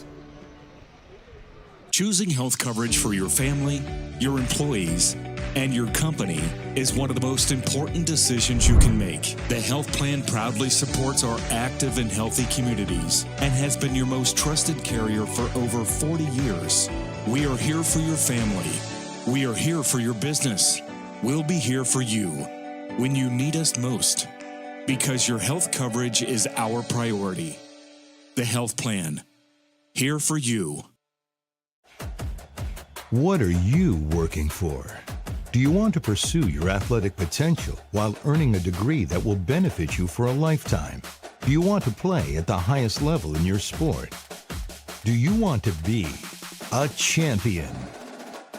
That's what the proud members of the Mountain East Conference are advancing toward every day. Providing opportunities and pursuing excellence. The Mountain East Conference. I'm Keith Powell, and I'm in love with helping you get your next car, truck, or SUV. I love saying yes to $2 down. I love saying yes to $200 monthly payments. I love saying yes to up to $2,000 more for your trade. And I love saying yes to your approved with my Keith Says Yes credit approval process. All of this plus a lifetime warranty only at Yes Chevrolet in Hurricane. Being a champion takes more than skill, more than endless drills, more than using your head. Being a champion takes the heart to give it your all, the agility to thrive from any angle, and the relentless drive to be the best. Welcome to Division II, where the pursuit is yours to create, and the question isn't, can you do it? It's will you? Choosing health coverage for your family, your employees, and your company is one of the most important decisions you can make. The health plan proudly supports our active and healthy communities and has been your most trusted carrier for over 40 years. We are here for your family. We are here for your business. We'll be here for you when you need us most, because your health coverage is our priority. The health plan, here for you. You have dreams. A better life, a better job, a better you. So where do you start to build the skills necessary to get there?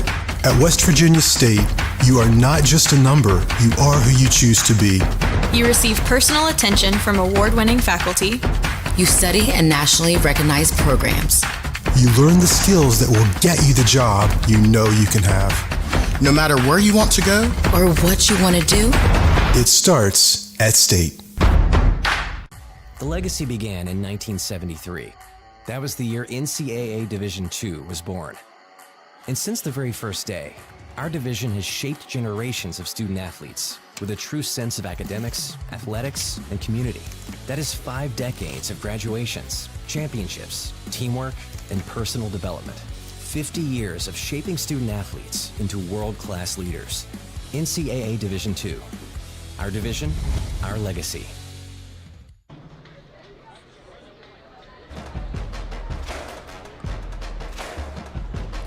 Frostburg, Maryland, the site for the women's and men's Mountain East Conference Outdoor Track and Field Championships. Going back to the 110 meter hurdles, and the field for tomorrow was set with Zoe McDonald of West Virginia State, Aisha Cisse of Wheeling, Minky Engelbrecht of the University of Charleston, Samantha Cash of West Virginia Wesleyan, who had the best qualifying time at 14.92 seconds. Anna Woods, West Virginia Wesleyan, Janae Tomorrow of Wheeling, Bailey DiStefano of University of Charleston, and Aubrey Withy of West Virginia Wesleyan. Those were the qualifiers for tomorrow's championship run. On the men's side, Moses Karoma of Wheeling, Mikey Anderson of West Liberty, Damian Jackson of Wheeling, Roberto Agrisi of the University of Charleston, Aaron Kuffner of Glenville State University, Marquise Trainer of West Virginia Wesleyan, Ian Wood of Davison Elkins, and Mason Reed of Frostburg. Those were the qualifiers. We still are awaiting the qualifiers for the women's 400 meters and the men's 400 meters. Also for the 100 meter dash, and we have the 800 meter prelim coming up here. And we will have two races here. Natalie Barr of Glenville State, Lauren Twyman of Davison Elkins, Marmo Makita of West Virginia Wesleyan, Cameron Wheeler of Davison Elkins, Tatum Walls of Davison Elkins, Sophia Pancoast of West Virginia Wesleyan, Emma Jenkins of Concord, and Eden Gilkey of West Virginia Wesleyan. Those will be the competitors for this first of two runs. And Jim talked about the 400 meters, and well, we talked about how tough and grueling it is, and this one's maybe just as tough, if not more grueling, than the 400. It's a difficult race, a little bit different strategy, of course, but they're walking them up to their line. Now, the difference here is they're not going to run it, obviously, in their lane the whole way for 2 laps. They will run till they reach the end of that first curve, and you see a cone there, and they're in clusters or in groups of 3. And what they're allowed to do is cascade in. So your best runners in terms of their time and where they place, they're going to be in the inside lanes. So what they're going to be able to see all the people that are on the outside cascading down toward them as they finish that first 100. Now, why is it important? It's important because you want to get out and get away from that congestion. If you're in that congestion, then you're not going to be able to get out, and it's going to slow up your rhythm. It's going to slow up your stride, and we'll show you what we mean as you see how fast they're trying to get out. And you're like, they're not going to run 800 meters like this because they can't do it. But if they can get out to this first, right here's the first set of cones, and what happens is when you get through that channel, you're allowed to cascade down in, and you want to be on the inside. Of course, we just saw a little bit of a stumble there from one of the runners from Frostburg, I believe it was. Excuse me, Davison Elkins. Well, Natalie Barr has the best seed time out of Glenville, and she is currently in the lead right now. 2:17.31 seconds. That's the second best time in the entire field. Emily Wallace of Concord at 2:17.15 seconds. So at the moment, Barr out in front. And the men's will follow here inside Bobcat Stadium. Natalie Barr out of Canvas, West Virginia, Nicholas County High School, all-region and cross-country, academic All-American, all-region, 800-meter indoor, 9 school records, Jim, as a freshman. Wow, that's impressive. We come in here with about basically 300 meters to go. We still have Barr first, but Twyman right there. Twyman's right on her outside shoulder and putting a little bit of pressure on her. Wesleyan's Akita is third. And I would not be counting out Tatum Walls. I think she's the fourth runner there. See what she has left in the tank with the last 250 meters. Right now it's a two-lady race with Barr and Twyman. And Natalie Barr of Glenville, she came out there, Jim. You talked about, you want to cascade down, get in that lane, and well, now trying to make the move to the outside is Lauren Twyman, and she and Barr are neck and neck. Again, this is just a trial, but who will get it? And Barr, it would appear, fends off Lauren Twyman. What a race down the far straightaway. Yeah, it was a great effort by Twyman toward the end, but I think where she may have made an adjustment when you look down toward the end of that race, she made her move with about 60 meters to go when she really should have made her move with about 30 meters to go. And Barr was able to gut it out the last 15 meters to be able to separate herself. So good effort by Natalie Barr from Glenville. All right, we will have our second heat of our prelims here in the women's 800-meter run. Emily Wallace of Concord, Mercy Jepletang of Charleston will be in lane 2. Lacey Dimmitt of West Liberty will be in lane 3. Hannah Scoggin of Davis and Elkins will be in lane 4. Hannah Hill of Glenville State University in lane 5. Suze Gibsmans of Davis and Elkins will be in lane 6. Nadia Kalor of University of Charleston will be in lane 7. And Cassidy Wallace of Davis and Elkins will be in lane 8. Mark, we have 4 girls that's broke 220. We have Barr and Twyman was in the first heat. In the second heat, you have Wallace and Jepletang out of University of Charleston. Both of those two have broke 220 in this 800, which is an outstanding time. Wallace coming in here with that best time.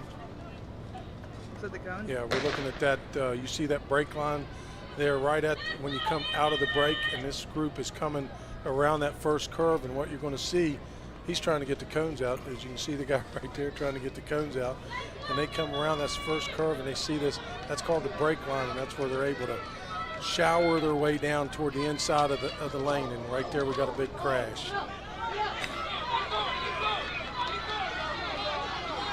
Well, so Lacey Dimmitt of West Liberty out in front at the moment.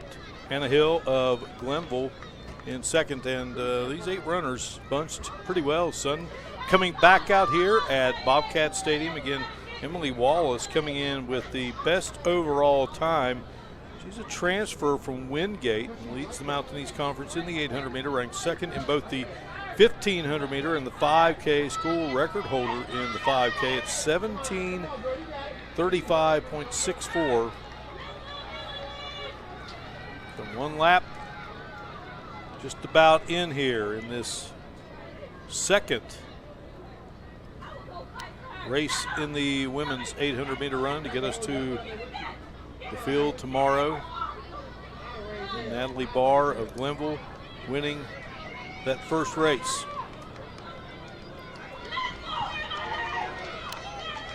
There's a little bit of a separation there. You got a 1, 2, 3.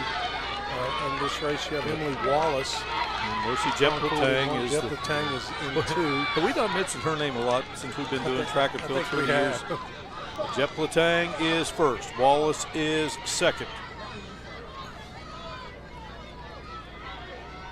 See what Mercy Jepletang can do as we get that far straight away. She's from Kenya. First team all MEC cross country 20, 21, 22, 23.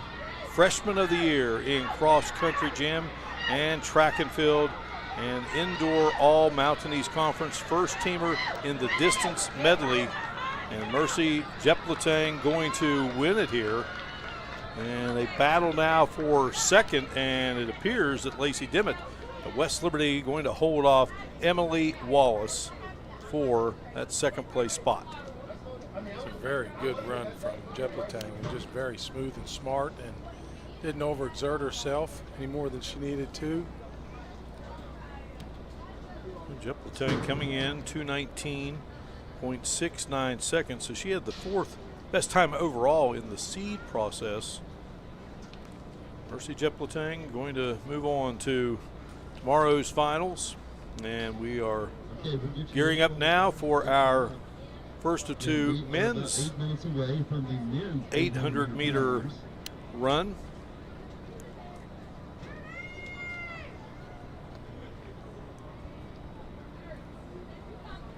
It'll be about 8 minutes away, and Sam Idians, University of Charleston, Jackson Gibson of D&E, Aiden O'Leary of Charleston, Jaime Blasquez of University of Charleston, Jack Hines of Frostburg, Connor Allison, and Martin Lucas of Davison Elkins, and Jaden Holstein, outstanding athlete from Shady Spring. That will be the field of 8. We'll take a break here inside Bobcat Stadium, return, and we'll bring you the first of two heats in the men's 800-meter run preliminaries. You're watching live streaming coverage of the 2024 Mountain East Conference Women's and Men's Outdoor Track and Field Championships here on Mountain East Conference Television from Frostburg, Maryland.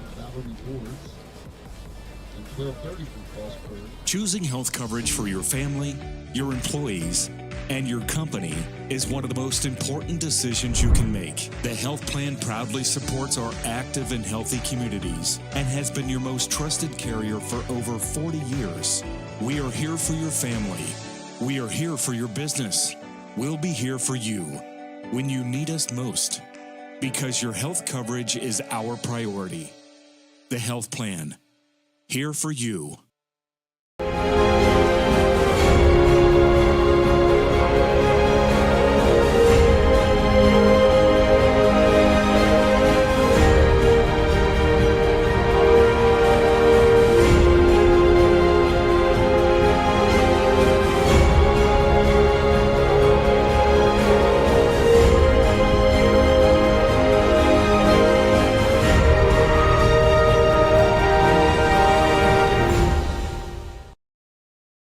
In NCAA Division II, community engagement is an initiative at all 25 national championships because student athletes want to give back while competing for a national title. Over the course of the year, Division II student athletes have an opportunity to leave a lasting impression in local communities throughout the country.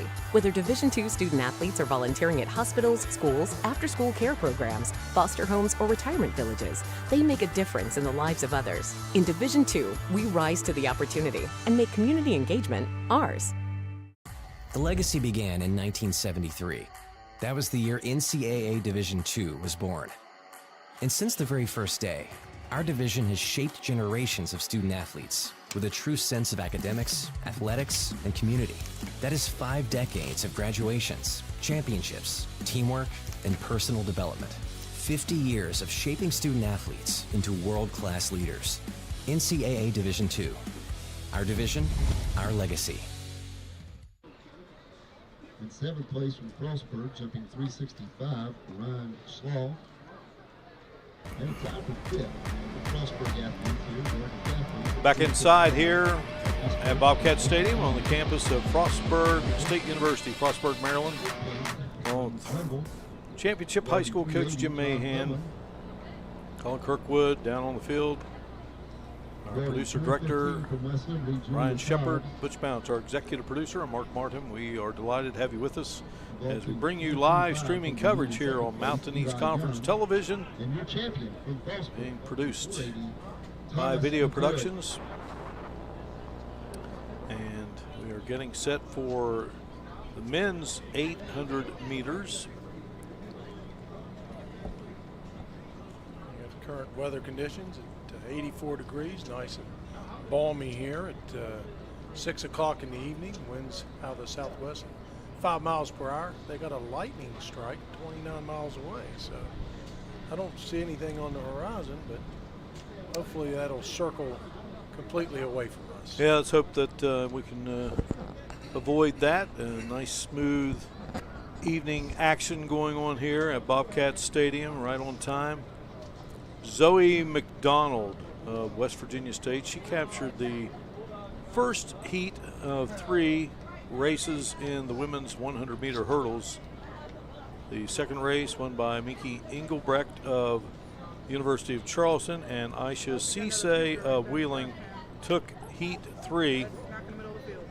110-meter hurdles, Mikey Anderson of West Liberty was the winner of the first of two, and Moses Karoma Wheeling took the second.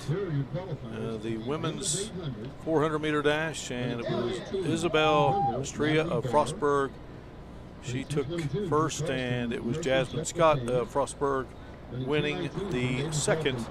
And then the men's 400 meters, Nathaniel Messi of Frostburg wins it, and Joshua Bohem of Wheeling was winner. The women's 100-meter dash, Kanaya McGowan of Wheeling got the victory in the first of 3 heat races, and then it was Malika Habib of West Virginia State. And then we still are waiting Sierra Lanham and Valerie Boards. They battled there for Heat 3. It was Lanham. We do have that now. And then Habib is from Frostburg. Taiwo Bobawell Throp, West Virginia Wesleyan, won the men's 100-meter dash in Heat 1 of 2. And it was Gerard Hurst of Concord. He was the winner in Heat 2. 800-meter run, and Natalie Barr of Glenville was first, and Mercy Jepletang of the University of Charleston takes the second heat. Looking at your qualifiers in that women's, we were waiting a while for that, Mark. You had to try to get some separation there from Lanham and Boards, and the separation was 1/100th of a second. So that's going to be a pretty good race here tomorrow, Jim. You got Natalia Callister State, Kanaya McGowan of Wheeling, and Sierra Lanham of West Liberty, Valerie Boards, Frostburg, Malika Habib of Frostburg, and Kamari Randolph of State, Candace Morris of State, Deja Riles of Wheeling. So good field. It's a good field of women's over on the men's side.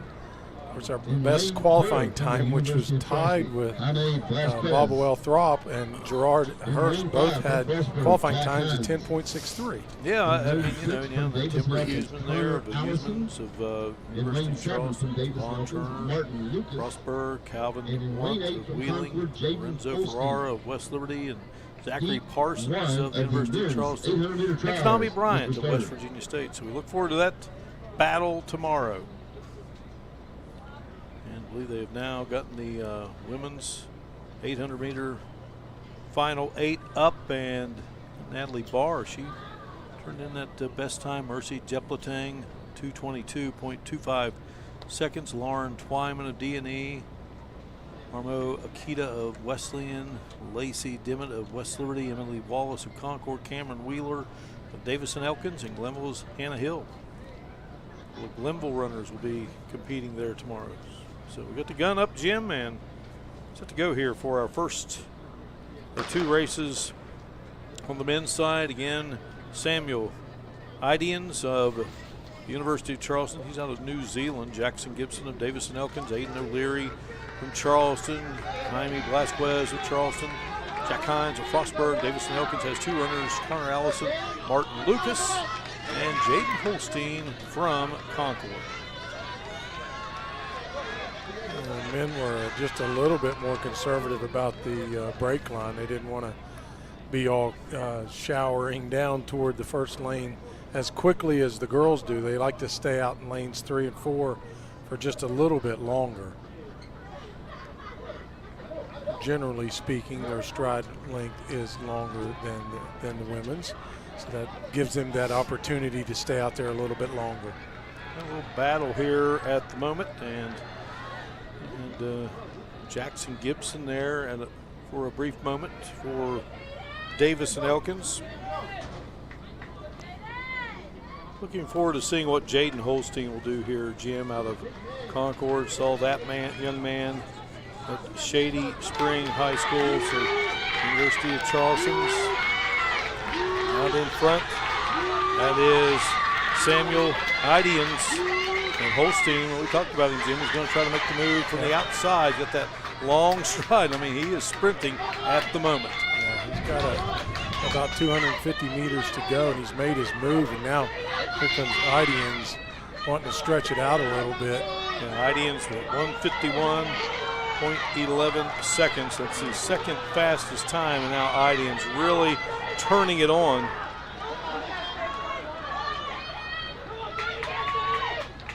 Jackson Gibson, and then Aiden O'Leary, Jack Hines, and Jaime Blasquez. And you see him, you see Idians looking back there. Where are the guys? And he kind of takes the jets off a little bit and coasts across the finish line for an easy victory in his heat. Well, you saw the move there by Holstein. And, you know, just a talented young guy. He's young. He's just a freshman. And he'll learn that as he continues and gets more race experience underneath him, that he won't be making that move at the 250-meter mark. He needs to stay back and keep some of that reserve in the tank so he can finish out strong.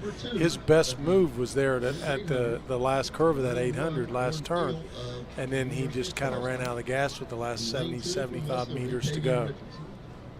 So our second heat, Warren Thiel of Charleston will lead the way. I think I just wanted to put a good performance out there. Obviously, heats today, finals tomorrow, so obviously just get through what I can do. Felt pretty good. It was pretty honest as well, which is nice. So always nice to get legs moving, but now it's good to be able to get over the line. Thank you so much, man. Congrats. Back up to you guys. Idians with the win. Thank you, Colin. So Warren Thiel of Charleston will be in this field, along with Tavion Richardson from West Liberty, Ryan Rasco of Davis and Elkins, Francis Tui of West Liberty, Cooper Gibson of Davis and Elkins, Diaco Curry of Notre Dame, Ohio, Ethan Board of Concord, Jackson Jones of Frostburg, and Alex Waddy of Concord. Gun has been fired, and off we go here with this second heat in the men's 800-meter preliminaries. Yeah, the prohibitive favorite is Warren Thiel from the University of Charleston with a prelim time of 1:49.88. Thiel, just one of the many standouts in this University of Charleston men's program. Thiel out of South Africa. Got him a couple stride lead mark with just in 300-meter into this race, and he's looking very effortlessly as he's running. 2021, 2022 indoor 800-meter champ, 2023 indoor and outdoor 800-meter champ, currently ranked 7th nationally in the 800 meters, so time of 1:49.88 seconds. Came through that first split in about 53, 52, which is really good. So we'll see whether he wants to maintain it or just decelerate and just try to finish and save himself for tomorrow. Tavion Richardson, Ryan Rasco, Cooper Gibson make up the top four right now at the moment. Everyone chasing Warren Thiel. They're going to be continuing to chase him. He is in great rhythm right now. He's putting forth just the kind of effort that he wants to right now. He might get a little bit of a challenge here with this last 100 meter to go because he's kind of running against himself. Trying to make the move here. It's Rasco. D&E. Thiel will hang on, so it's the sweep of the heat races here in the men's 800 meter by the University of Charleston. Idians won the first, and his teammate Warren Thiel wins the second. Yeah, good solid effort there by Warren Thiel. He just, from wire to wire, he came out strong first 100 meters, had good frequency on his stride, just a good form that he had all the way through the race. That's why he's one of the top-ranked 800 runners in the nation. All right, let's head down to Colin Kirkwood. Talk us through that finish there. Coming to the last 200, and my teammates shouting to me on the other side. Sorry, my mouth's a bit dry. Just telling me who was behind me, and I just wanted to make sure I closed it in, got the finish, to make sure I got the automatic qualifier for tomorrow. Thank you, man. Congrats. Thank you. Yeah, I think safe to say, Jim, he got the automatic qualifier. Yeah, What do you say? Well, yeah, he was. He did have a teammate helping him because he did kind of was trying to lost track of where the other runners was because he was he was ahead of everybody, and there was a little bit of a challenge, I think, from. Probably Richardson there. I think think that may have been Ron Rasco from D&E. Rasco, was giving him a little bit of a challenge, but you notice he did kind of accelerate there with the last 60, 70 meters to go. Just for him, it was just a matter of making the qualifying time so he can be ready for tomorrow. All right, breaking away. They got to put hurdles on the track. The 400-meter hurdle prelims coming up from inside Bobcat Stadium here in Frostburg. Choosing health coverage for your family, your employees, and your company is one of the most important decisions you can make. The health plan proudly supports our active and healthy communities and has been your most trusted carrier for over 40 years. We are here for your family. We are here for your business. We'll be here for you when you need us most, because your health coverage is our priority. The health plan, here for you.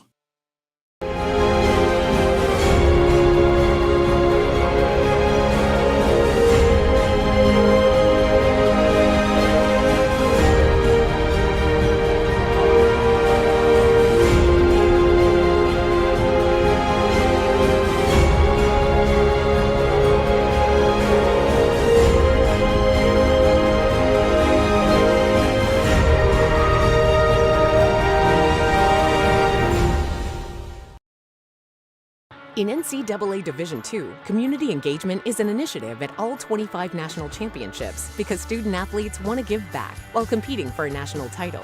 Over the course of the year, Division II student athletes have an opportunity to leave a lasting impression in local communities throughout the country. Whether Division II student athletes are volunteering at hospitals, schools, after-school care programs, foster homes, or retirement villages, they make a difference in the lives of others. In Division II, we rise to the opportunity and make community engagement ours. The legacy began in 1973. That was the year NCAA Division II was born. And since the very first day, our division has shaped generations of student athletes with a true sense of academics, athletics, and community. That is 5 decades of graduations, championships, teamwork, and personal development. 50 years of shaping student athletes into world-class leaders. NCAA Division II. Our division, our legacy. Choosing health coverage for your family, your employees, and your company is one of the most important decisions you can make. The health plan proudly supports our active and healthy communities and has been your most trusted carrier for over 40 years. We are here for your family. We are here for your business. We'll be here for you when you need us most, because your health coverage is our priority. The health plan, here for you. What's possible when you have the freedom to explore things that inspire you? To be a part of a community that supports and challenges you? Where can you go to find the space and time to reach your goals? Who can you become when you're able to make connections in a place where you belong? Find out what's possible at Frostburg State University.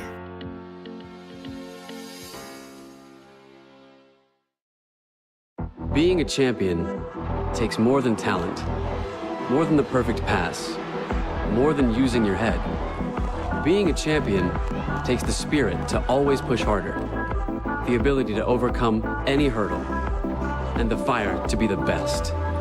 Welcome to Division II, where the pursuit is yours to create. And the question isn't, can you do it? It's, will you? It's about unlocking your potential and discovering your purpose. It's about community and how we can better serve others. It's about learning and doing. It's about the journey and the road getting there. It's about opportunities and the endless possibilities. It's about finding where you belong, and it is here at Concord University. It's about you, and it starts with you.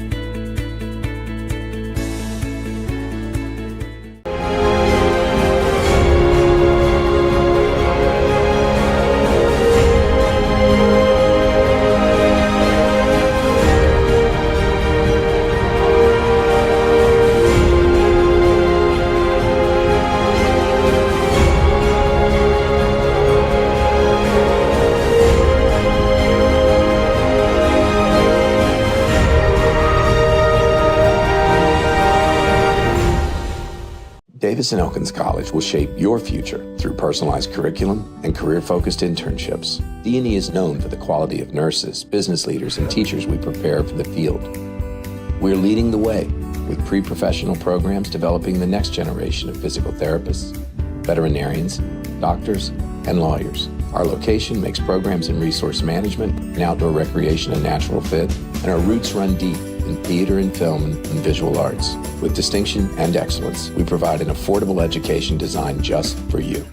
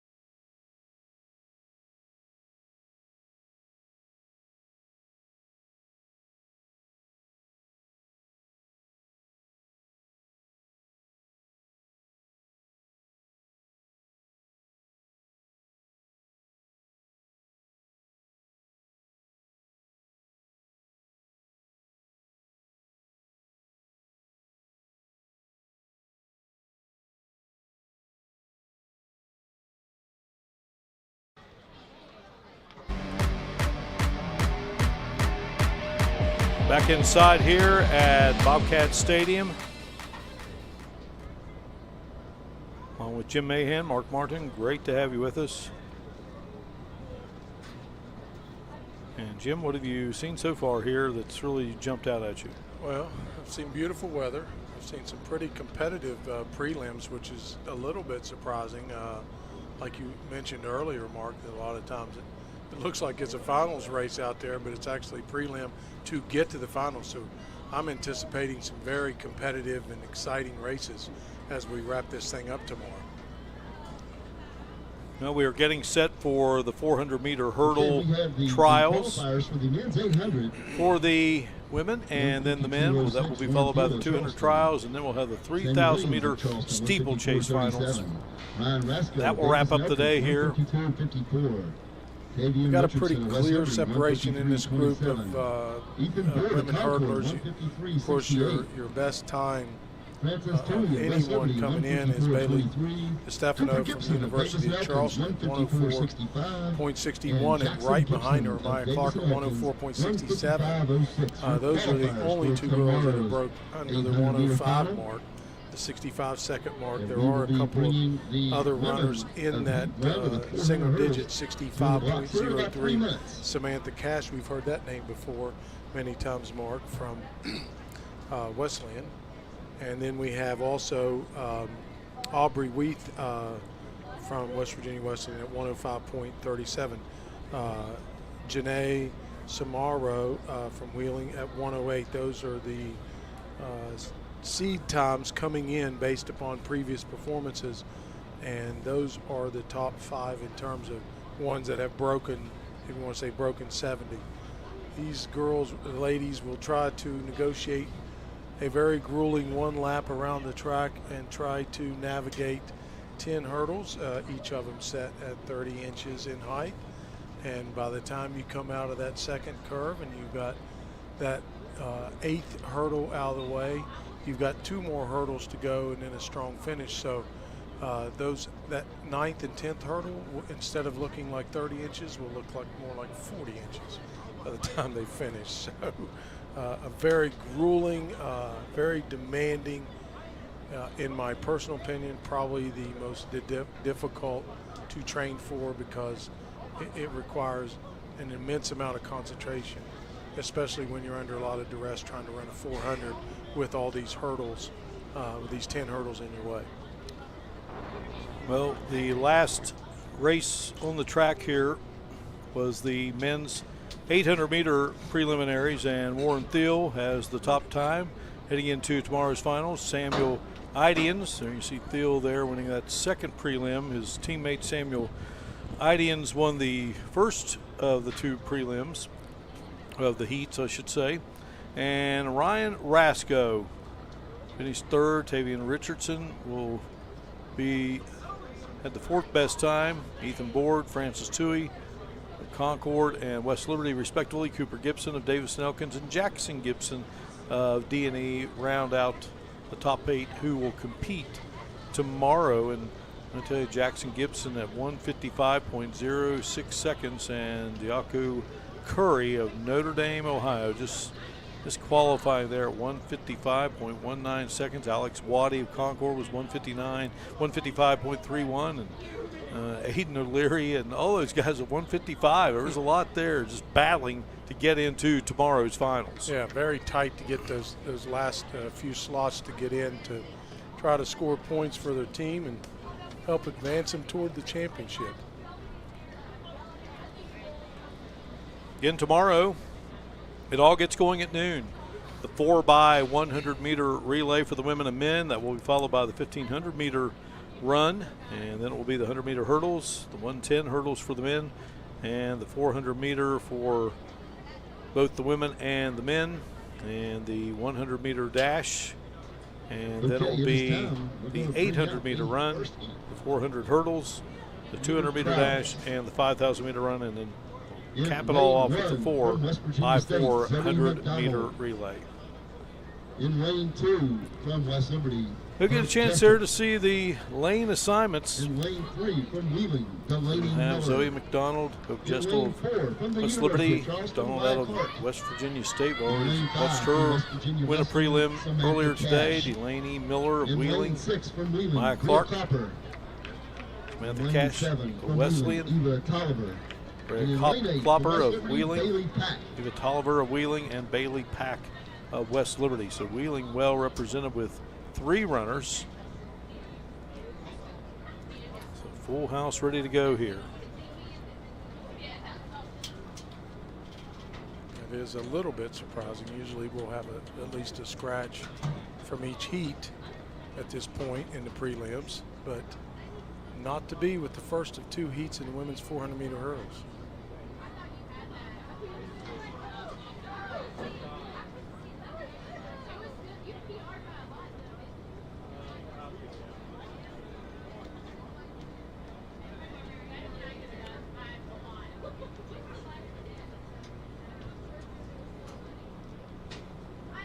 Runners are all settled in their blocks.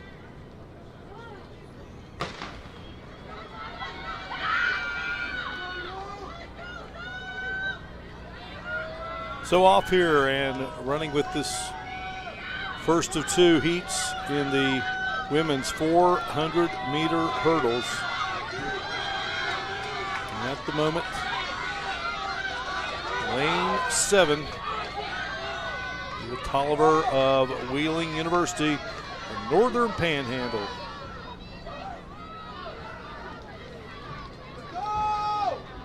And so now you see Samantha Cash in lane 5. Maya Clark is second. Eva Tolliver, Bailey Pack. Samantha Cash looking strong, Jim. Yeah, very smooth right now. She just needs to be careful in the last hurdle, and she's cleared it. There's Samantha Cash with Maya Clark from the University of Charleston, finished second here in this first of 2 heats in our women's 400-meter hurdle preliminaries. And here's Cash out there in lane 5 doing a nice job of using her arms, and that drive there right through the finish. She just takes it easy knowing she's got another race tomorrow in this. In lane 1 from Concord. Followed closely by Maya Clark from the University of Charleston. Emily Kepner. Samantha Cash out of Denton, Maryland. She started her career, Jim, at North Carolina.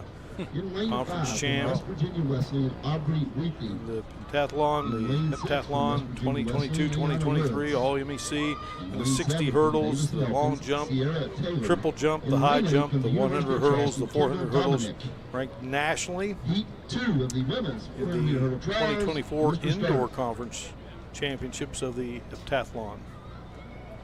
Now you see Haley Collins of Concord, Emily Kuffner of the University of Charleston, Janae Samaro of Wheeling, Bailey DiStefano of the University of Charleston, Aubrey Withy of Wesleyan, Iana Woods of Wesleyan, Sierra Taylor of D&E, and Kendall Dominic of the University of Charleston. Great shot there. Get a really good idea. You're kind of settling in there in those blocks. Worst part of it, I think, Jim, right there. Just the nerves. Yeah, You have the nerves because you got to be steady as steel there to. Nice shot. Gun fired. Here we go. Hoping not to say this, but we have yet to see a false start, and I hope we don't have one at all. Well, we'll allow it, Jim, since they have fired the gun. Now they're in lane 5. Janae Samaro from Wheeling running really pretty strong right now. Good stride length for her. See how she attacks that third hurdle. She just snapped that leg over it. Yeah, Samara is running a good race right now. See what she has in the tank.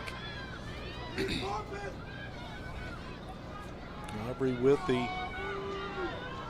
has been out in front there. Samaro, she's really coming on strong here. With and Samaro are neck and neck with one hurdle to go. Aubrey Withy trying to hang on here. And looks like Janae Samaro maybe fading just a bit. Withy going to try to hang on for second here. And Stefano coming on strong, and I think she got second. Yeah, Stefano did nib out Samaro from Wheeling right there at the end. She's just trying to battle to get over that hurdle so she doesn't have to worry about tripping. Tripping and falling is the worst thing you can do with that last hurdle to go. A great effort there by Bailey Stefano from the University of Charleston. The hurdle crew. So it was West Virginia Wesleyan sweeping the heats as Aubrey Withy wins the second after Samantha Cash took first in that opener of our heat races. Now it's time for the men, which they'll be adjusting the hurdles.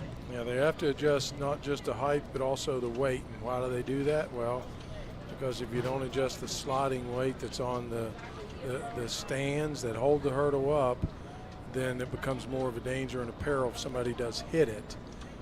Those are designed to tip over if you do hit the hurdle as you're crossing it. So they'll raise the hurdle to 36 inches. They'll adjust the weight on the base, and we will get ready to run 2 heats of the men's 400-meter hurdles. We're here inside Bobcat Stadium on the campus of Frostburg State University, Frostburg, Maryland.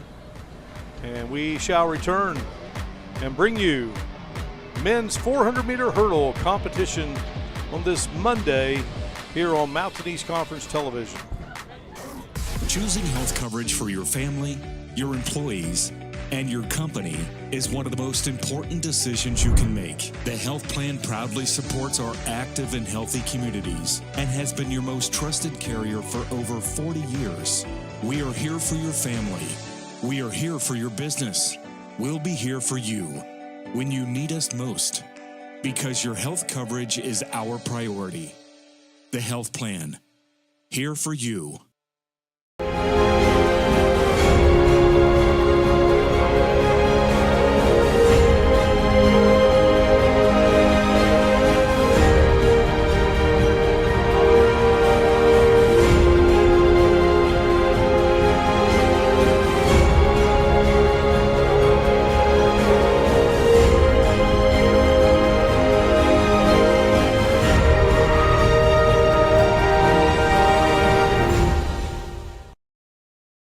In NCAA Division II, community engagement is an initiative at all 25 national championships because student athletes want to give back while competing for a national title.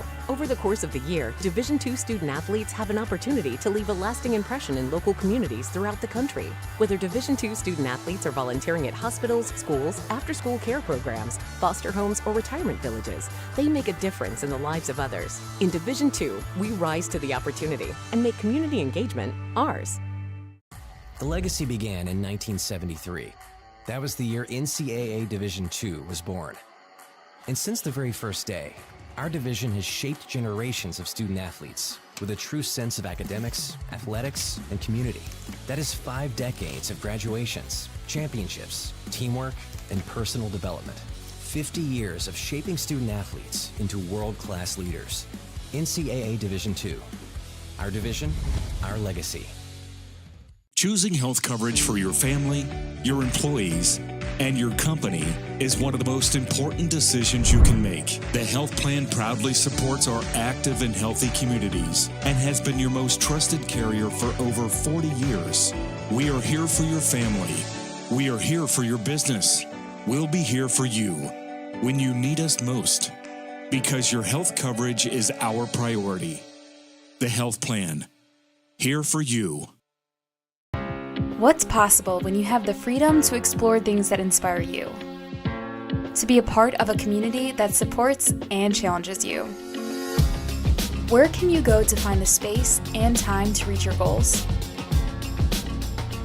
Who can you become when you're able to make connections in a place where you belong? Find out what's possible at Frostburg State University.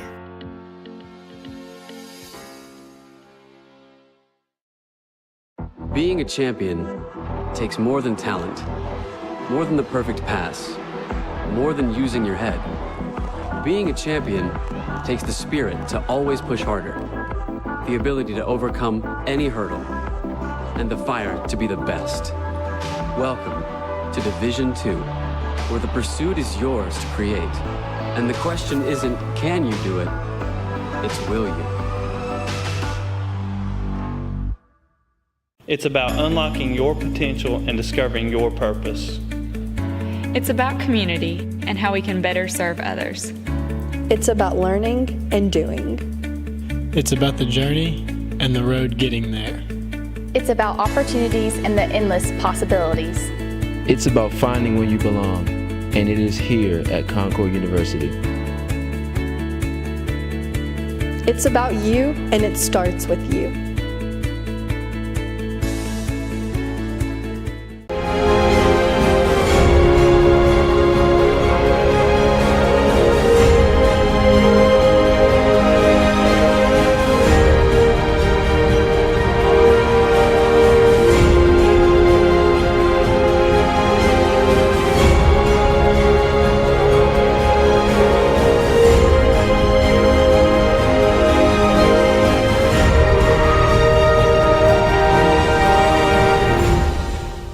Davidson Elkins College will shape your future through personalized curriculum and career-focused internships. D&E is known for the quality of nurses, business leaders, and teachers we prepare for the field. We're leading the way with pre-professional programs developing the next generation of physical therapists, veterinarians, doctors, and lawyers. Our location makes programs in resource management and outdoor recreation a natural fit, and our roots run deep in theater and film and visual arts. With distinction and excellence, we provide an affordable education designed just for you. And we welcome you back here inside Bobcat Stadium. And busy day for track and field here, Jim. And talk about some of the distance or field events that we've had here today. And it's just been a busy day all the way around. And the women's high jump, and big surprise, Samantha Cash of cashed in from Wesleyan. Tara Perry of Wheeling was second. Kellen Tropek of the University of Charleston, he finished first in the shot put. Joshua Fancher of West Liberty was second. Women's discus, Sierra Davis of West Liberty and Kennedy Martin, they finished 1 and 2. Men's triple jump, Michael Hansford of West Virginia Wesleyan And Leotis McNeil of West Virginia State. Pole vault, Thomas McCoy of Frostburg State was the winner. Eli Young of Wheeling was second. And in the discus, Tropek got another victory, and Frankie Winter from Ripley, West Virginia was second. And the women's triple jump, we had Samantha Cash, victorious. Camilla Hoya of the University of Charleston, she finishes second. And let's check out the women's shot put, and we had Janae Scott of Glenville as the winner. Abby McKinney of the University of Charleston, she finishes second. So overall, some good action there in the field events. And then you did the track meet before, so that's the only thing that's really is putting me behind that weekend. So I was told I didn't have anything to do that week. So in the women's discus, Jim, an interesting nugget there of Sierra Davis, as she fouled on 5 of 6 throws. Is that correct? That's 7. I think so. Because there's like 4 more events, and the last event is at 7:45.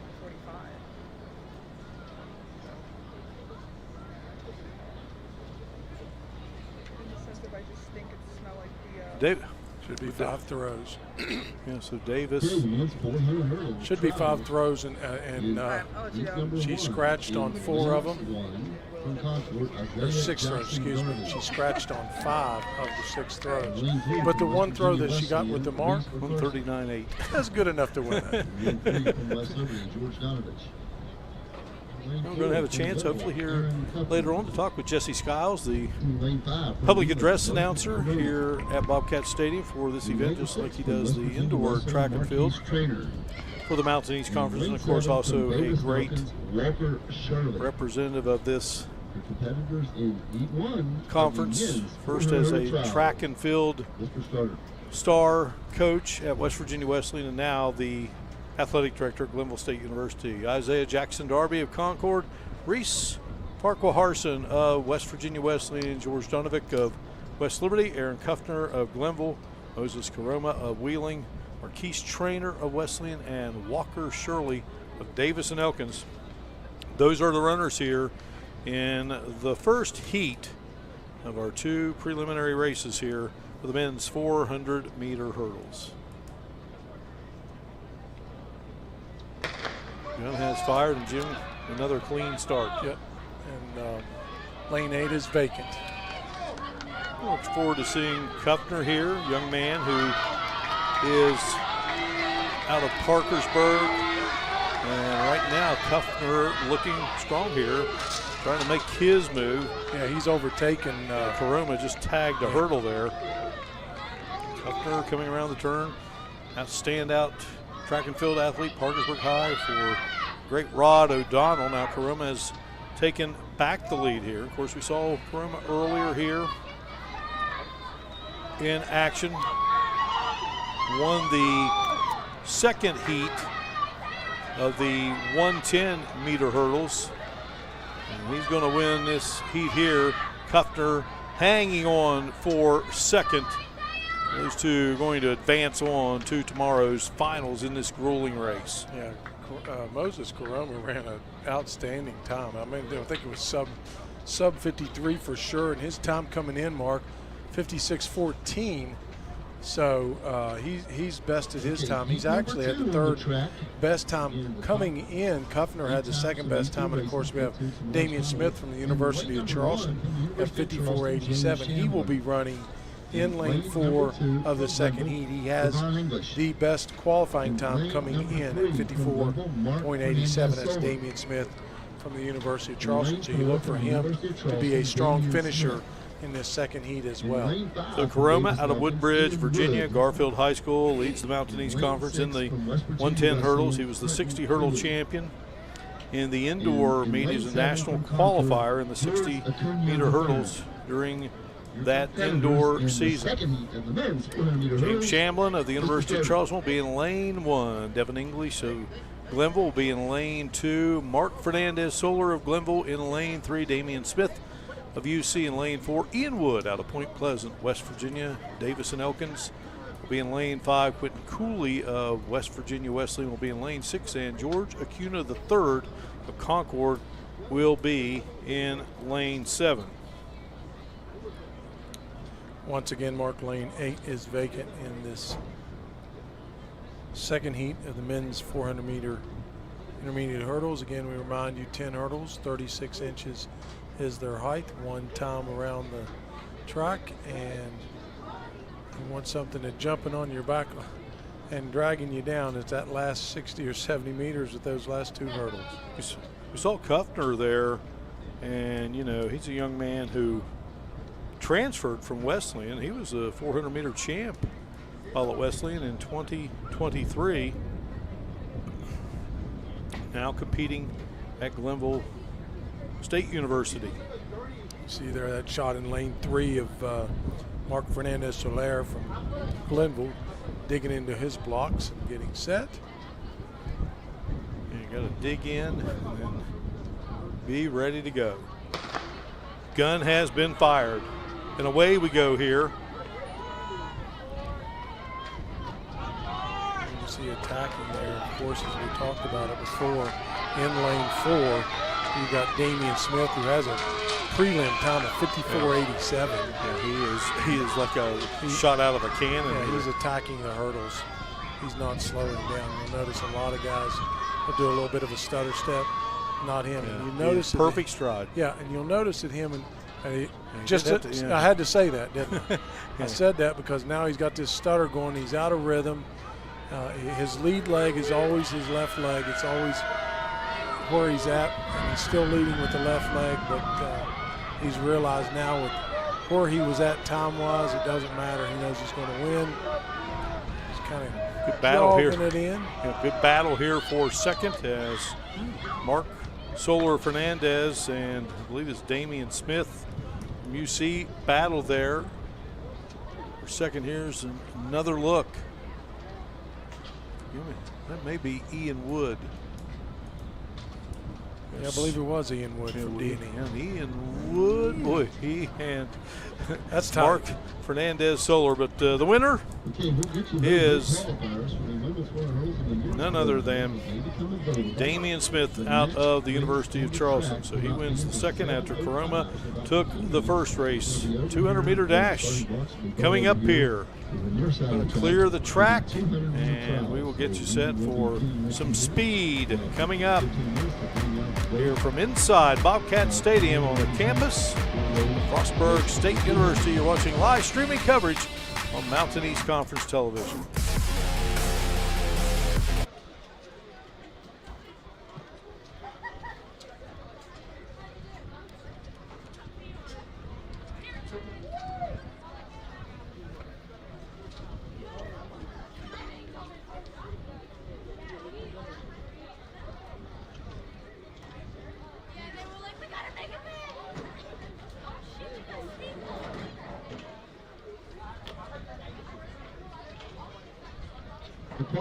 Qualifiers for the women's 400 hurdles.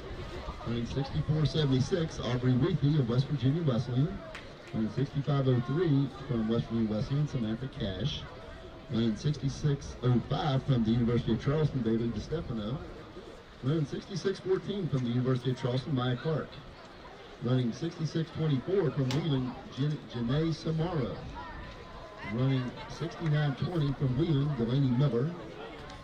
Running 69.46 from Wheeling, Bria Copper. And your final qualifier, running 70.29 from West Virginia State, Zoe McDonald. Your qualifiers for tomorrow's 400-meter hurdle final.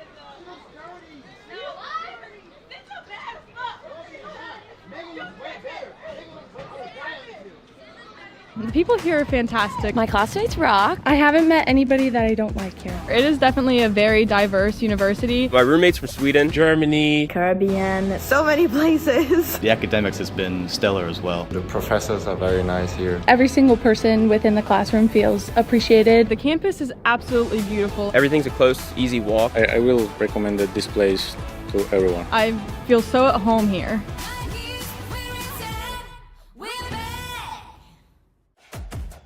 What are you working for? Do you want to pursue your athletic potential while earning a degree that will benefit you for a lifetime? Do you want to play at the highest level in your sport? Do you want to be a champion? That's what the proud members of the Mountain East Conference are advancing toward every day. Providing opportunities and pursuing excellence. The Mountain East Conference. Launch your healthcare career at West Liberty University. We offer health science degrees in programs like nursing, dental hygiene, speech pathology and audiology, medical lab science, pre-medicine, psychology, biomedical science, or the physician assistant program. Our faculty have the experience to prepare you for a rewarding future. There's never been a better time to prepare for a healthcare career, and there's no better place than West Liberty University. Find out more at westliberty.edu/healthcareers.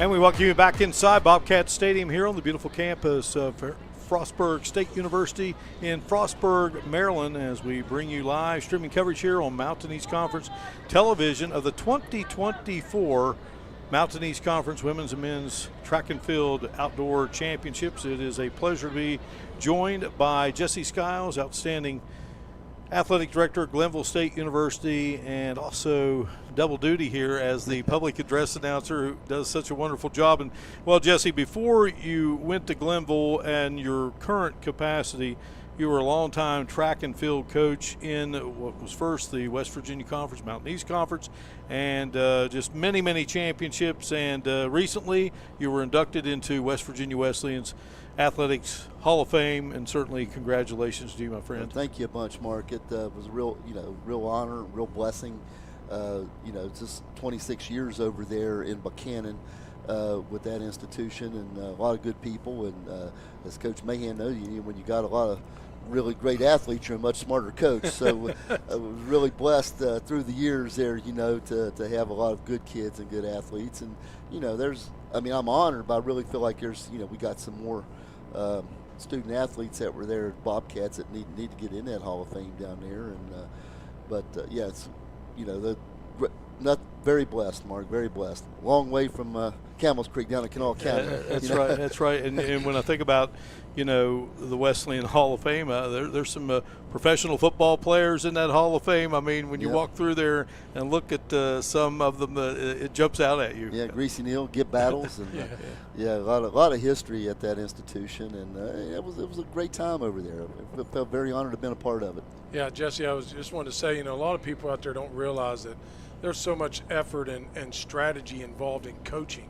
track and field, and it's not like you just have one event or two events. There's running events, there's jumping events, there's throwing events, there are hurdle events, and a lot of people don't understand how much effort it takes to be able to put these athletes in those positions. Can you kind of speak on that a little bit? Yeah, a lot of the placement and the event schedule, and there was I spoke last week about there was a math teacher back at DuPont named Harry Markham. I was head basketball coach there for a lot of years, and I didn't know at the time, but he had coached track back at the old Cedar Grove High School. And when I got into it, he said, it's just math.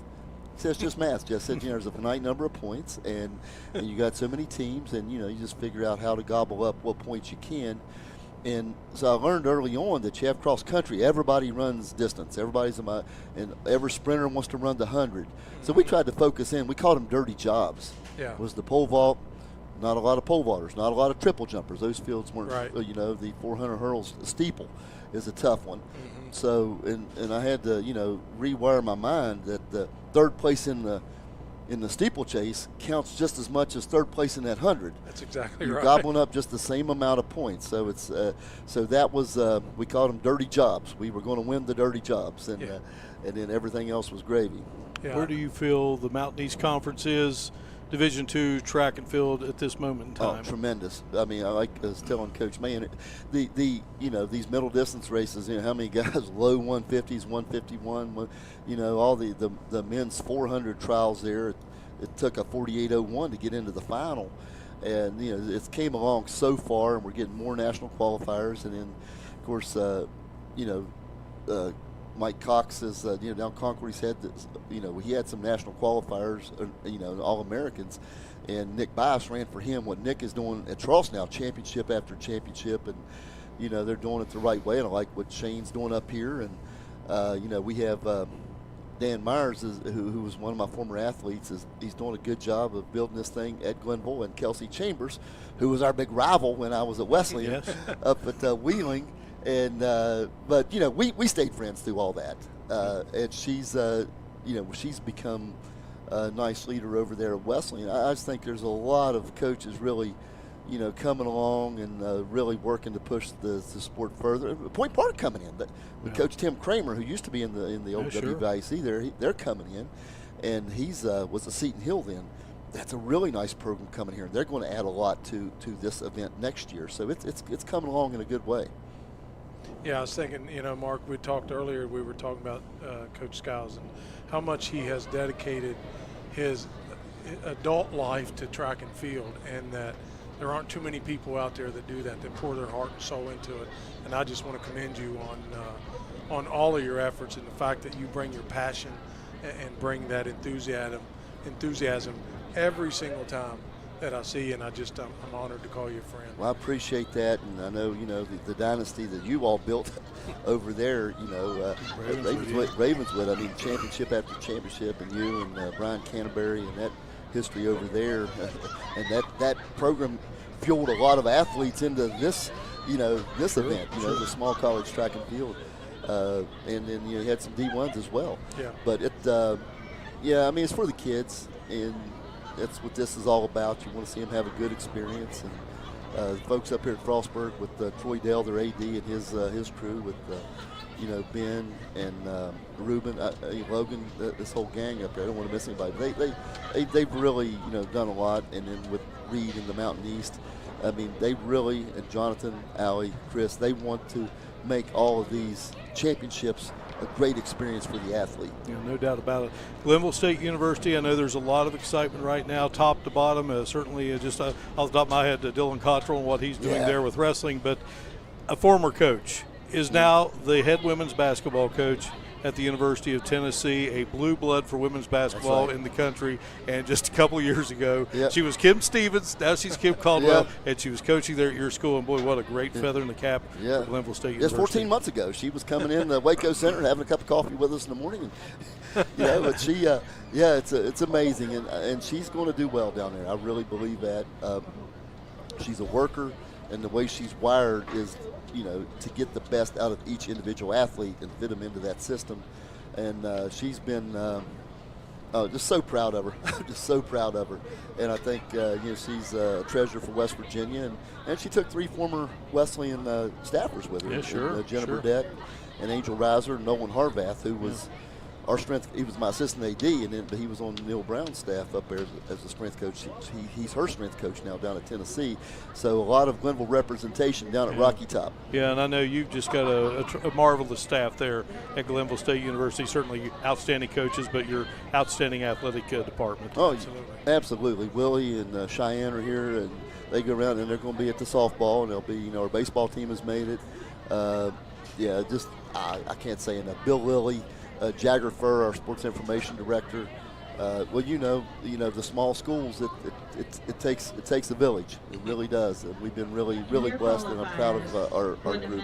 Kristen Tunham, SWA. Don't want to miss her. Former softball coach. She's doing a great job with our group. So very proud. Jess, we'll let you go. I do want to ask one favor. Keep my man Bob Bolin straight, if at all possible. I tell you what, I'm working on that, and it's a challenge. But hey, we're blessed to have Bob, and he's doing a great job recruiting. All right, Jesse, great seeing you, my man. Hey, thank you all all right, for we'll get you back to work over there at the PA. All right, we're back here with more running in just a moment here on the Mountain East Conference Television. You're watching live streaming coverage of the Outdoor Track and Field Championships. Choosing health coverage for your family, your employees, and your company is one of the most important decisions you can make. The health plan proudly supports our active and healthy communities and has been your most trusted carrier for over 40 years. We are here for your family. We are here for your business. We'll be here for you when you need us most, because your health coverage is our priority. The health plan, here for you. You have dreams. A better life, a better job, a better you. So where do you start to build the skills necessary to get there? At West Virginia State, you are not just a number, you are who you choose to be. You receive personal attention from award-winning faculty. You study in nationally recognized programs. You learn the skills that will get you the job you know you can have. No matter where you want to go or what you want to do, it starts at State. The legacy began in 1973. That was the year NCAA Division II was born. And since the very first day, our division has shaped generations of student athletes with a true sense of academics, athletics, and community. That is 5 decades of graduations, championships, teamwork, and personal development. 50 years of shaping student athletes into world-class leaders. NCAA Division II. Our division, our legacy. Virginia State, Candace Morris. We'll be back inside Bobcat Stadium here in beautiful Frostburg, Maryland, on the campus of Frostburg State University, and we are getting set for our 2 heats for the women's 200-meter prelims. And Candace Morris, young lady out of Capitol High School, Jim, very impressive. West Virginia State will be in lane 1. Sierra Lanham out of West Liberty will be in lane 2. Jamie Preston of West Virginia State in lane 3. Valerie Boards of Frostburg in lane 4. Zoe Letted, West Virginia State in lane 5. Geneva Golden of State in lane 6. Isabel Estrella of Frostburg in lane 7. And Madison Cadle of West Liberty is in lane 8. These are some names we've heard earlier in the evening. Yeah, 2 best times posted up seed time. Valerie Boards from Frostburg at 25:03, Jasmine Scott from Frostburg at 25:02, so they know each other quite well. But one thing that really just kind of steps out at me, Mark, in this 200-meter dash, we have 16 contestants in 2 heats, and 14 of the 16 contestants have all run in the 25s. There's nobody in the 24s. There's only 2 runners in the 26, but we do have 5 and 6. Those lanes are vacant in the first heat, which would be Zoe Ledette from West Virginia State and Geneva Golden from West Virginia State. So they might be holding them out for another event later on. State did have 4 representatives here in this first heat, but the field has been trimmed a bit. Runners are in the blocks, and we're just about set to fire that gun. And the guns are perfect here. No Another false clean starts. Start. Yep. So again, Candace Morris in lane 1, state champion out of Capitol. Valerie Boards has got about a meter lead right now on Jamie Preston in lane 3. And over there on the far side, Mistria, who we saw earlier out of Frostburg. I believe she's going to get the win. Another look here, Jim. Okay. Yeah, you see a good strong run there by Valerie Boards from Frostburg, just nice and smooth all the way to the end. She's got this one about 2 or 3 meters. And we're real tight there on lane 2. Yeah, it was Boards. Forgive me. I think I said Mistria, but so Boards was the winner. And I believe Lanham was able to nip Preston there, Jamie Preston, West Virginia State for second place. Malika Habib of Frostburg will be in lane 1. Kyara Ross will be in lane 2. Kanaya McGowan of Wheeling in lane 3. Jasmine Scott is in lane 4. Taya McAllister of State is in lane 5. Kamari Randolph of State in lane 6. Deja Riles of Wheeling in lane 7. And Abby Stackpole of West Liberty is in lane 8. Full house here, as our great producer director Brian Shepard likes to say. Brian's been playing some cards. Full house. He's probably had a few flushes in his day too. So the one we want to focus on this one, Mark Jasmine Scott in lane 4. She's number 209 on your placard, or you'll see on her uniform from Frostburg State, 25.02. She will be wearing the white tank with the black shorts. She will be in lane 4. She would be the one to focus on, followed closely by Ataya McAllister from West Virginia State at 29.17, who is in lane 5. Well, Habib captured a heat during that women's 100-meter dash. McAllister came out. She kind of stumbled a little bit, but looks like she picked it up as she came out of the curve, and she's in the lead as they hit the straights. Yeah, really nice stride. McGowan trying to make a move, and McGowan, looks like it was going to be, I think Ataya McAllister from State was able to pull that one in. And did hold her off there in lane 5. I'll tell you what, to get over there on that side, it's closing in. 371 Ataya McAllister. She was able to hold off Kanaya McGowan from Wheeling for second. And then later on at 7:35, we will have our first final of the night, the women's 3,000 meters. Jim, while we have just a moment, we'll see if Colin tracks down our winner. Damian Smith of Charleston, 400-meter hurdles, had the best time. And Moses Karoma finished second. And I believe Colin has our winner. Take it away, Colin. Not in here, guys. We were finally able to track things down as right on into the frame we work things in. But another strong showing here. Why don't you talk us through that? I was just ready to keep my knees up again because I'm tired. That's all I was thinking through the race. You can see there's a lot on her face here. She did a great job. So much effort out there, guys.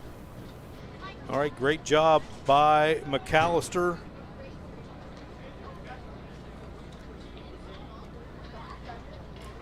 So everyone on State's track team is a freshman with the exception of one.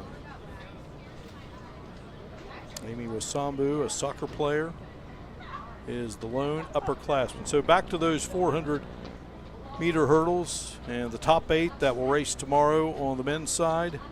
Damian Smith of the University of Charleston, Moses Karoma, Ian Woods, Mark Fernandez-Soler, Aaron Kuffner, George Donovic, Quentin Cooley, and Devin English. So you got Smith from UC, Karoma from Wheeling, Wood from Davis and Elkins, Fernandez-Soler from State, or from Glenville State, Kuffner from Glenville State, West Liberty's Donovic, West Virginia Wesleyan's Cooley, and Glenville's Devin English. So Glenville going to be well represented tomorrow there in that 400-meter hurdles.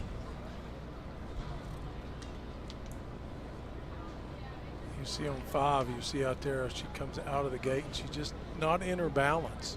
And right there in that first 12 meters, then she's able to gather herself and just get in a really good rhythm. What are we talking about? We're talking about Ataya McAllister, and she's able to regroup and actually hold off McGowan down the last 10 meters. It's a good effort by her for sure. All right, getting set here for the men's 200-meter dash prelims, and then we're on to our final event of the evening, and that will be the only final that we will have in terms of competition. All these other races have been trials, 3,000-meter steeplechase finals.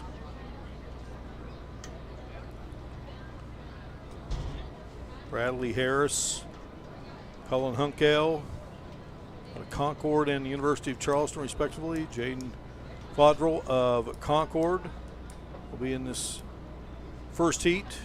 Timber Usmans from the University of Charleston. Kanami Bryant will be competing here for West Virginia State.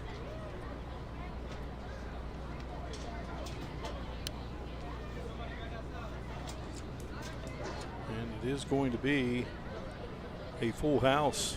Yeah, we got in lane 6 Joshua Bohm from Wheeling. Yeah, Bohem is in there, and Jaden Smith, Caden Trotter, and Zachary Parsons. We're looking at Ibrahim Fall from Wheeling in lane 7 in this heat. Yeah, and then Nathaniel Shields. Nathaniel Shields from Frostburg. We got 9 guys in this heat, Mark, that have broke the sub-22s. So you're going to see some really, I think, tight races, particularly both of these heats, but particularly the first heat. We have 4 guys that have broke to a sub-22. Yeah, Harris of Concord, 22.31. Hunkel of Charleston, 22.01. Fodrell of Concord, 21.95 seconds. Timber Usmans of Charleston at 21.47. Kanami Bryant of State at 21.83. Joshua Bohem of Wheeling is at 21.96. Ibrahim Fall of Wheeling at 22.05. And Nathaniel Shields of Frostburg at 22.33 seconds. Jumped ahead there with some Heat 2 guys, but that's your 8 here in Heat 1. Boy, how great was it to talk to Jesse Skiles. Oh, he's just a stellar ambassador for the sport of track and field. Can't thank him enough for what he's done for promoting it and his passion for it. He's just motivated. He just goes. I mean, I know he has a lot of other activities, but he, true to his heart, has always been track and field. He's got some great coaches there at Glenville. Again, I teased him when Kim was left Glenville to take the Marshall job. She left as Kim Stevens, but by the time the season rolled around, she was Kim Caldwell. And now she and husband Justin have moved on to Rocky Top, and you can bet the blue and white of Glenville State University, they will be watching closely with how things are done, because as Jesse said, it's not just Kim that's part of that University of Tennessee but women's basketball program now. A lot of other people that were at Glenville are there with Kim as well. Yeah, she's taken some folks with her that are loyal to her, that she knows, that she trusts, and that's a very important factor when you're trying to build your staff around. You got to know the people that you know are going to be loyal to you. Well, you had Jenna Burdett, who was her chief assistant there at both Glenville and Marshall. And Jenna's a Eastern local high school star, led her team to a state championship there at Eastern local, only state championship in school history, just there over in Meigs County, Ohio, and her dad was the head coach. And Jenna went on to have a great career there at the University of Dayton. So, speaking of good starts, yeah. How about Timber Usman from the University of Charleston right now, just churning up the field in this 200-meter dash. Usman's blistering finish for the young man out of the University of Charleston. Timber Usman's. Yeah. You see here he comes down that straight stretch, and he's just got great form. You notice he's not all over the lane. He's in the same place all the time. Head not moving, arms working, legs pumping. He already knows he's kind of did a little bit of a glance over there to his right. He's like, yeah, I got you guys. Out of Belgium, number 2 in the Mountain East Conference in the 200 meters. So down to our final trial race here, Jim. In the men's 200-meter dash, we've got sight of University of Charleston. And we've got Colin down the field with our winner. Lane 6 from West Virginia State, Jaden Smith. In lane 7, also from West Virginia State, Caden Trotter. And in lane 8, from the University of Charleston, Zachary Parsons. Your competitors in Heat 2 of the men's 200-meter trials. Mr. Starter. How about that? That's the attitude right there. Yeah. Just out here having fun. Just out here having fun. And it's a lot more fun when you win, too. Well, yeah, I was going to say, it does add a little bit more flavor to it when you come across the finish line first. But, boy, busy day for that young man tomorrow. Yeah, Timber with 4 events tomorrow. He's gonna need all the fuel we can get. Tim Gutzeit of University of Charleston will be in lane 1 here in our second heat of the 200-meter dash men's preliminaries. And Lorenzo Ferrara of West Liberty will be in lane 2. Devon Turner of Frostburg in lane 3. Taiwo Bobawell Throp will be in lane 4. Royale Salmon of West Virginia Wesleyan in lane 5. Jaden Smith of State in lane 6. And teammate Caden Trotter of the Yellow Jacket program, the Young Yellow Jacket program in lane 7. And Zachary Parsons of the University of Charleston, lane 8. Gun's been fired. Another clean start. A little bit of a wobble out of the ball wave throw. Bobawell Throp. He has got the stride right yes, now. He does.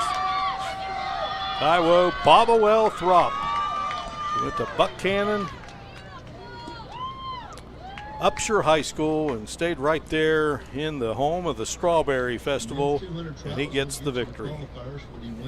He's got that. He covers so much ground with his stride length. You notice he runs those arms. He's got him down. He just kind of glides across that finish line. Good 3 meters ahead of the next competitor. Taiwo Bobawell Throp runs the 200, the 100, the 4x4, the 4x1, and outstanding work by that young man, and he moves on to the finals tomorrow. And we take a break here. We've got our one and only finals race of this day 2 coming up. It's the women's 3,000-meter steeplechase. You don't want to miss that. Coming up here from Bobcat Stadium in Frostburg, Maryland. Our mission as educators is to help you grow, explore, and achieve your aspirations. When our seniors graduate, they receive more than just a diploma. They leave Wheeling University with clarity, purpose, and the confidence that they need to succeed throughout their career. Exceptional experiences, exciting opportunities, meaningful guidance, and lifelong friendships. This is the foundation and academic excellence we believe in. That's the Wheeling University difference. I'm Keith Powell, and I'm in love with helping you get your next car, truck, or SUV. I love saying yes to $2 down. I love saying yes to $200 monthly payments. I love saying yes to up to $2,000 more for your trade. And I love saying yes to your approved with my Keith Says Yes credit approval process. All of this plus a lifetime warranty only at Yes Chevrolet in Hurricane. Welcome to your home among the hills. At West Virginia Wesleyan College, you'll unearth new passions, be exposed to fresh perspectives, and find what drives you. This place of discovery is where you can become a scientist, a leader, an athlete, a performer, a friend. Opportunities include research, internships, and study abroad. Plus, our vibrant community makes for experiences you'll never forget. Discover yourself at West Virginia Wesleyan College.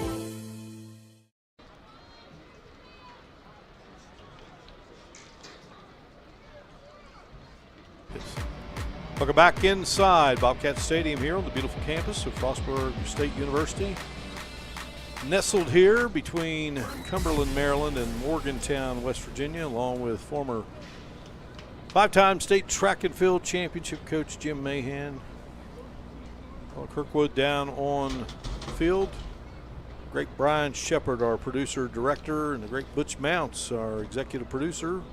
Video Productions, in conjunction with the Mountain East Conference, producing coverage of this 2024 Mountain East Conference women's and men's track and field championships. The outdoor scene, the sun still glaring a bit here, Jim, but boy, just what a wonderful evening it's been. It was steamy when we got started here, but boy, just wonderful running conditions now for this 3,000 meter steeplechase. And Jim, take us through this because you're going to be, as Brian Shepard said earlier, a little drink of water each time around after the opening lap. Yeah, you have an opening lap, and then you will have 7.5 total laps in the steeplechase. There are 28 fixed barriers, and then there's these 7 water jumps. Now, they don't do the water jump in the first lap, but they do it every lap thereafter. So this race is not so much a requirement of your hurdling abilities, even though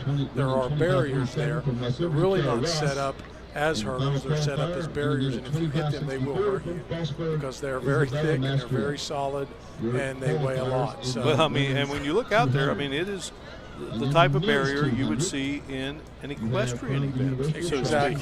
Well, when it was designed in the 1800s, when they had the steeplechase, in the original days, they had walls that they jumped over, stone walls that were in people's countryside, and then they would jump over rivers. And so they replaced, when they modernized the race, then they put in the steeplechase, the steeples, the barriers, the wood barriers, and they put in the water to try to mimic the rivers. But it's been around in the Olympics since 1920, so it's been here for about 100 years. Most of the runners you see as they evolve around the race, it is a huge race of endurance. You're running on almost 2 miles, 7.5 laps, 3,000 meters. So by the time they get around these extra laps, they're going to use that the crossbar as their springboard, so they're not falling too deep into the water, because some things that most people don't know, the water's deeper closer to the barrier than it is as you're getting further out. So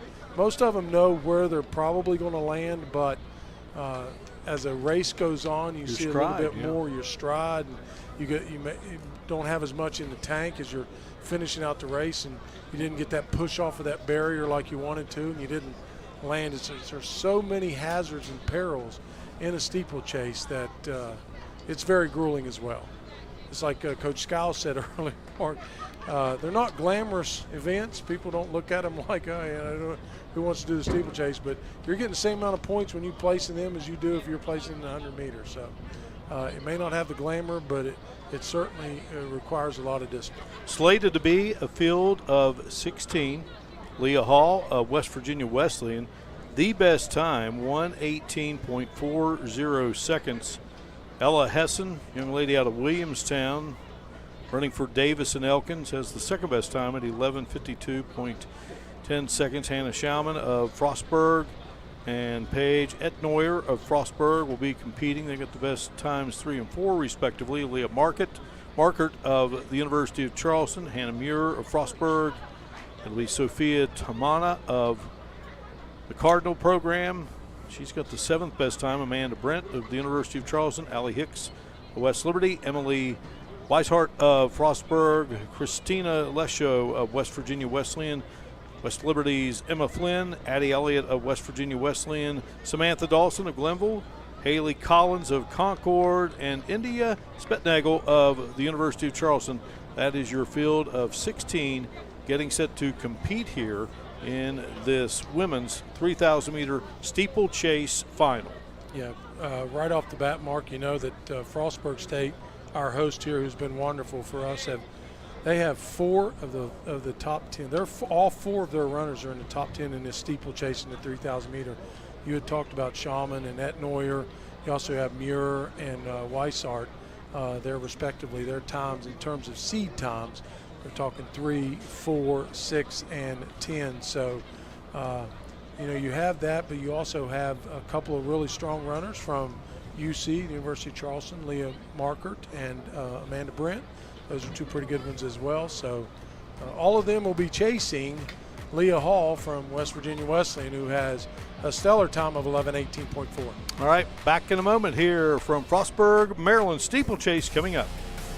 Choosing health coverage for your family, your employees, and your company is one of the most important decisions you can make. The health plan proudly supports our active and healthy communities and has been your most trusted carrier for over 40 years. We are here for your family. We are here for your business. We'll be here for you when you need us most, because your health coverage is our priority. The health plan. here for you. What are you working for? Do you want to pursue your athletic potential while earning a degree that will benefit you for a lifetime? Do you want to play at the highest level in your sport? Do you want to be a champion? That's what the proud members of the Mountain East Conference are advancing toward every day. Providing opportunities and pursuing excellence. The Mountain East Conference. I'm Keith Powell, and I'm in love with helping you get your next car, truck, or SUV. I love saying yes to $2 down. I love saying yes to $200 monthly payments. I love saying yes to up to $2,000 more for your trade. And I love saying yes to You're Approved with my Keith Says Yes credit approval process. All of this plus a lifetime warranty only at Yes Chevrolet in Hurricane. Being a champion takes more than skill, more than endless drills, more than using your head. Being a champion takes the heart to give it your all, the agility to thrive from any angle, and the relentless drive to be the best. Welcome to Division II, where the pursuit is yours to create, and the question isn't, can you do it? It's will you? Choosing health coverage for your family, your employees, and your company is one of the most important decisions you can make. The health plan proudly supports our active and healthy communities and has been your most trusted carrier for over 40 years. We are here for your family. We are here for your business. We'll be here for you when you need us most, because your health coverage is our priority. The health plan, here for you.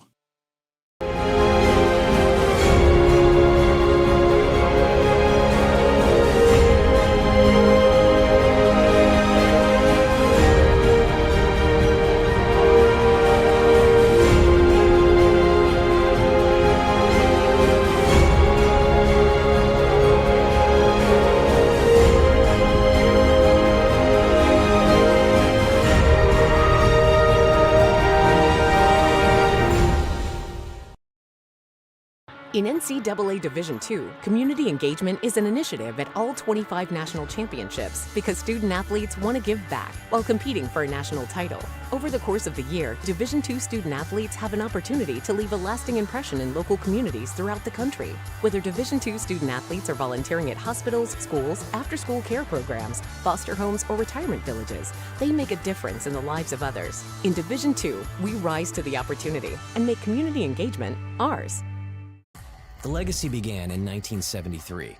That was the year NCAA Division II was born.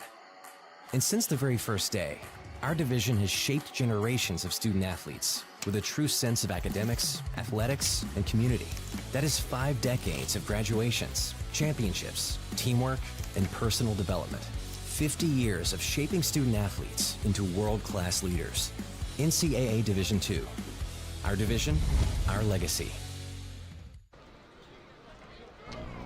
And we welcome you back inside Bobcat Stadium here on the campus of Frostburg State University, Frostburg, Maryland, along with championship coach Jim Mahan and Colin Kirkwood. I'm Mark Martin. Jim, what have you seen here today as we get set to wrap this baby up on day 2? Got the steeplechase coming up here, but tell you what, I'm looking forward to some of these finals that are heading our way tomorrow. Well, if the trials were any indication, Mark, you had some really competitive prelims from a lot of people, so they were really pushing themselves, so I expect to see some super exciting races tomorrow. Yeah, just a glorious late afternoon here as we look back on some of the action that we've had a chance to see so far here today. And again, got this action started at 4:30 100-meter hurdle trials, and then the men's 110-meter hurdle trials. Then we moved on to the 400 meters, the 100-meter trials, the 800, the 200, and the 400 hurdles. And now here we are, the 3,000-meter steeplechase finals set to unfold here, both for the women and the men. And when you just talk about these programs in this conference, again, in their own way, you know, some may be strong in particular areas, distance, you know, field, could be sprints, but of course, obviously many just overall. But here in this Mountain East Conference, I mean, they've got a lot of rock solid track and field programs. Yeah, there's a lot of schools here that do a really good job, and they do a great job of recruiting athletes as well. And then once they get them at this level, then they try to develop it into something, more where they can expand their programs and get them into the events that they've never seen. There's a lot of events here that you don't get the opportunity to participate in at the high school level.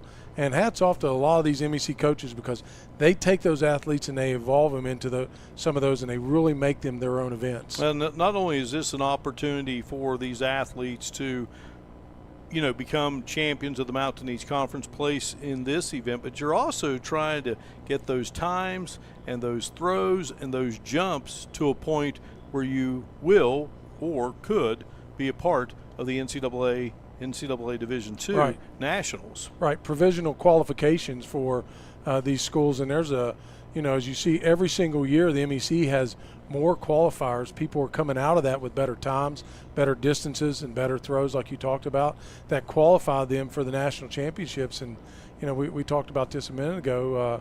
We have the one kid that's 8th ranked 800-meter runner in the nation. So, I mean, and out of this conference. So people that are out there that don't have that idea that the MEC is a strong conference in track and field, well, I would beg to differ with them.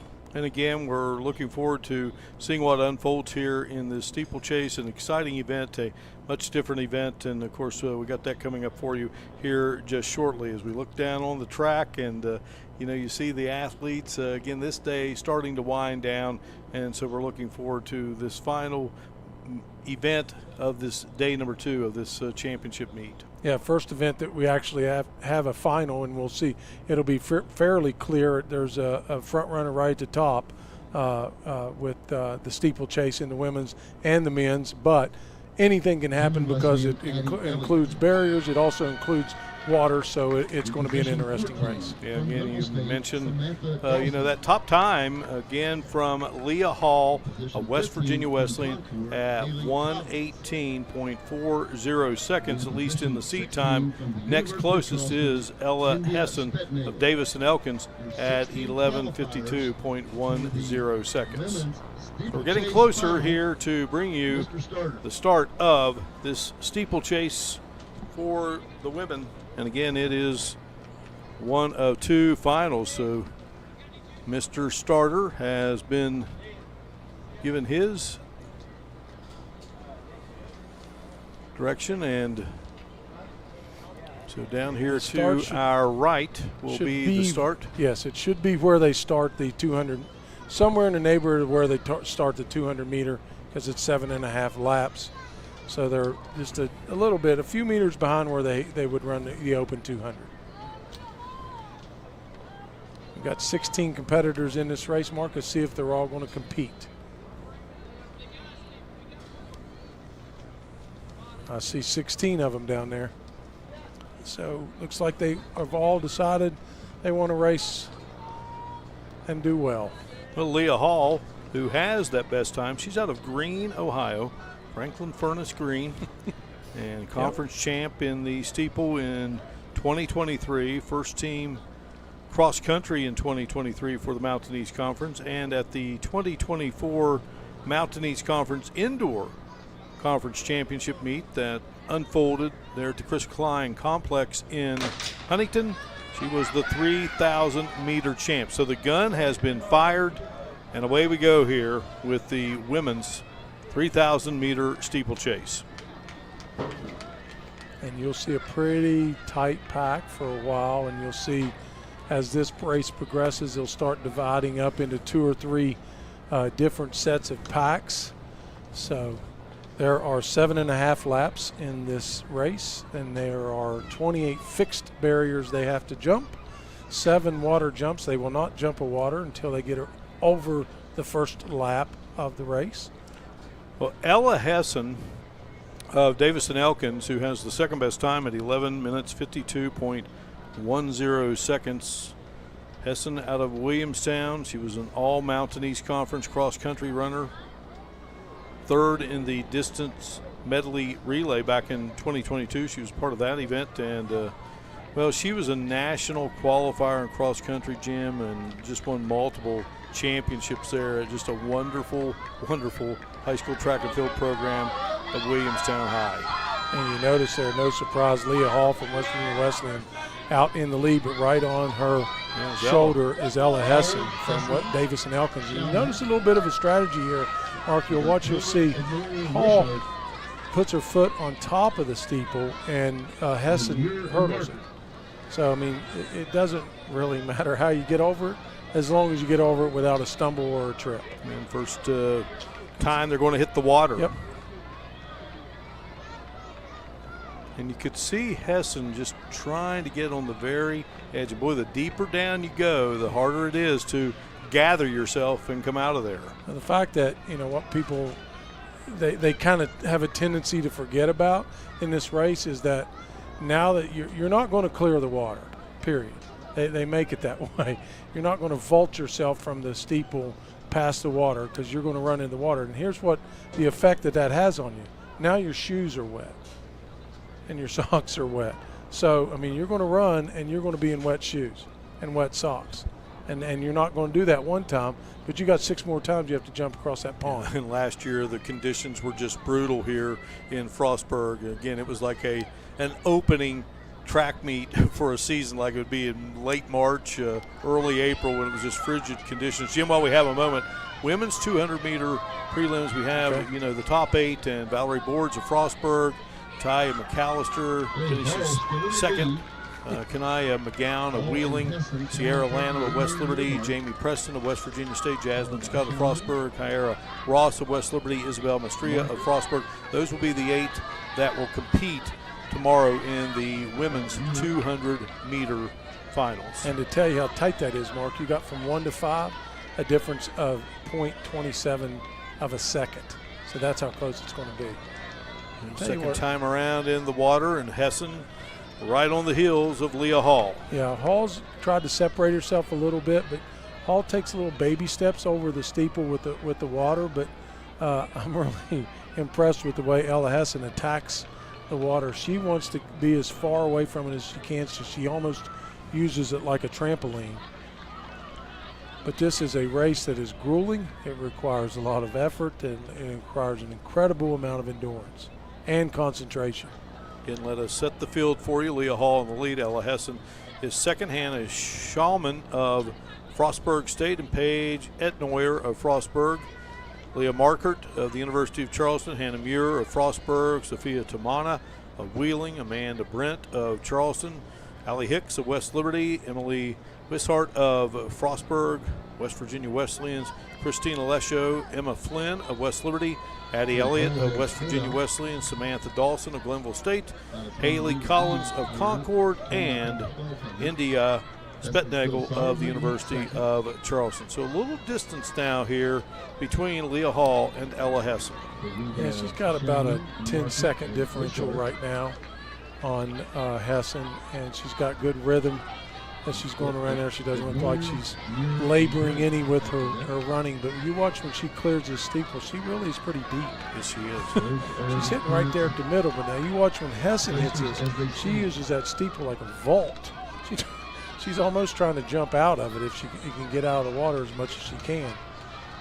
Men's 200-meter preliminaries, and the top 8 for tomorrow will be Timber Usmans of the University of Charleston, Taiwo Babawel Throp of West Virginia Wesleyan, Ibrahim Fall of Wheeling, Royale Salmon of West Virginia Wesleyan, Joshua Boham of Wheeling, Jaden Smith of West Virginia State, Konami Bryant of West Virginia State, and Caden Trotter of West Virginia State. The Yellow Jackets garner 6, 7, and 8 for tomorrow's finals. Should be a great race. Leah Hall, who came in with a seed time of 11 minutes, 18.40 seconds. Ella Hessen, the only other runner in this field of 16 that broke 12 minutes. She's second at the moment. You see the time down below. See the data on the barriers and the water thus far. Yeah, 15 barriers left and 4 water jumps to go. The only thing about Leah Hall that, she has great concentration, but when she goes and posts that left foot up on the barrier, I mean, there can't be any margin of error. If she catches that toe, she's going to tumble over that barrier. Now, you see with Hessen doesn't do that. Hessen hurdles the steeple, so she would have less chance of a mistake because she's already clearing the hurdle, whereas Hall is actually using the hurdle to catapult her to the next stride. All Hessen, Schaumann, and Market. A very demanding event, as they all are in various ways.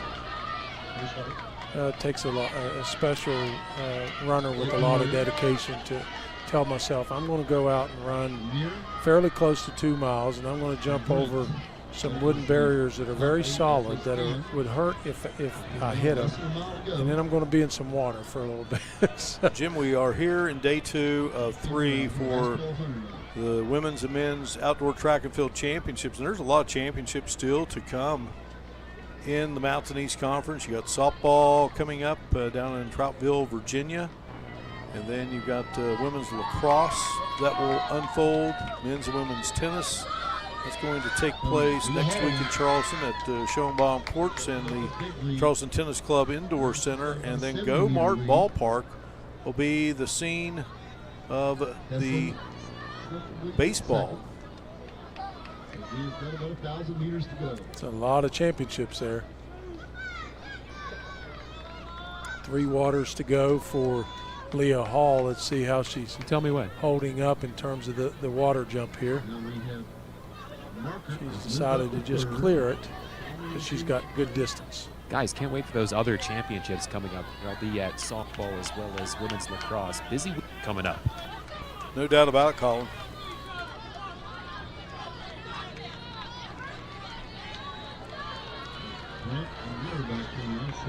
Pretty good distance. She's stretched it out, Hall, over Hessen.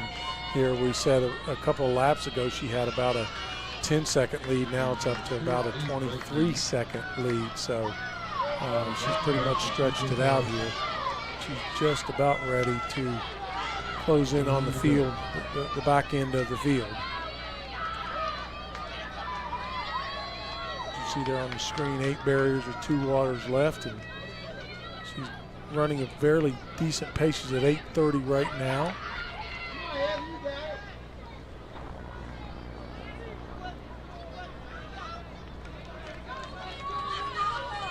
And as a coach, you want to tell your kids, well, I want you to clear the hurdle this way. Well, let's clear the hurdle the most effective way where you still have your confidence.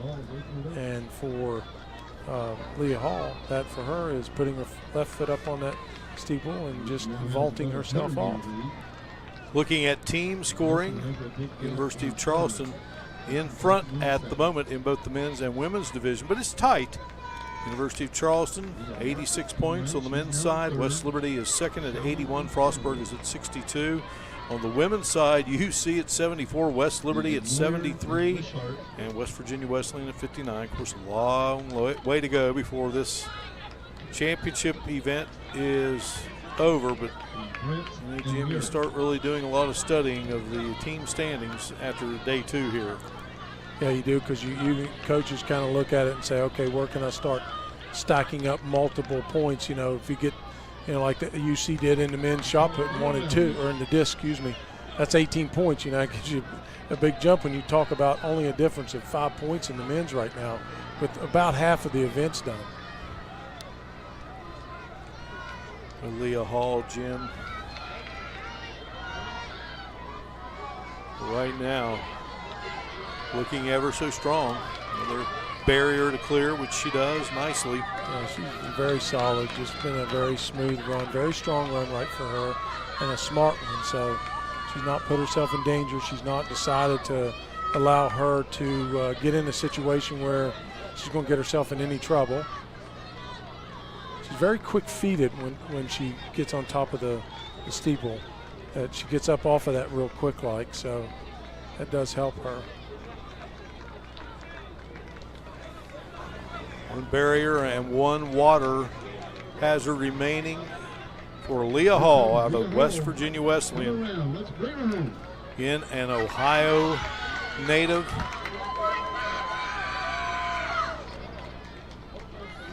backed up a little bit coming down the stretch, knowing that I only got about 80 meters left and one hurdle. And now I don't have any hurdles, no barriers and no water. Just close it out. She's going to. We talked about her before. What she was bringing to the table, and she did not disappoint.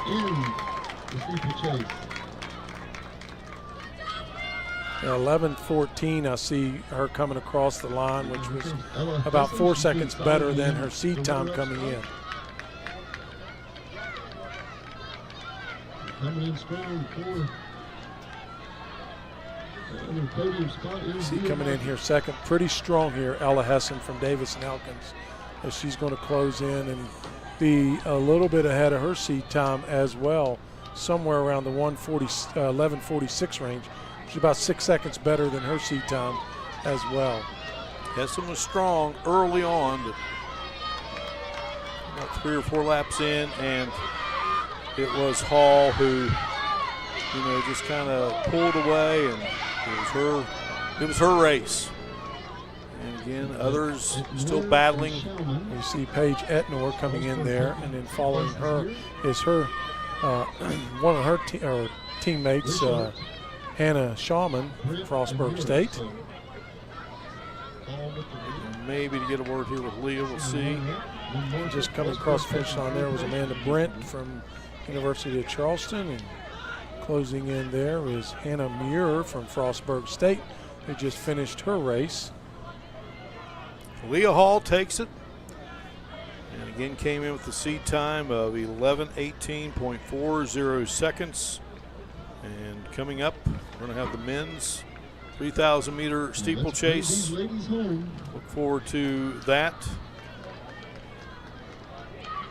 Davis and Elkins' Anthus of Germany. And send it down to Colin with the victorious young lady from West Virginia Wesleyan. So tell me exactly what this win means to you. It's awesome. I won it last year, and it's just awesome to win it again. And I just really trusted my training. It was a big PR for me too, so it felt really good. Anything else you want to say to your teammates? Anybody watching at home, perhaps? My teammates really helped me through it. They're the ones that cheered me on every lap, and I could hear them every lap. It was awesome to have such a great team. Thank you so much. Congratulations. Back to you guys. All right, Colin, great job, and congratulations as a young lady from the Buckeye State, Leah Hall, captures the women's 3,000 meter steeplechase. And I believe, Jim, all the runners have finished.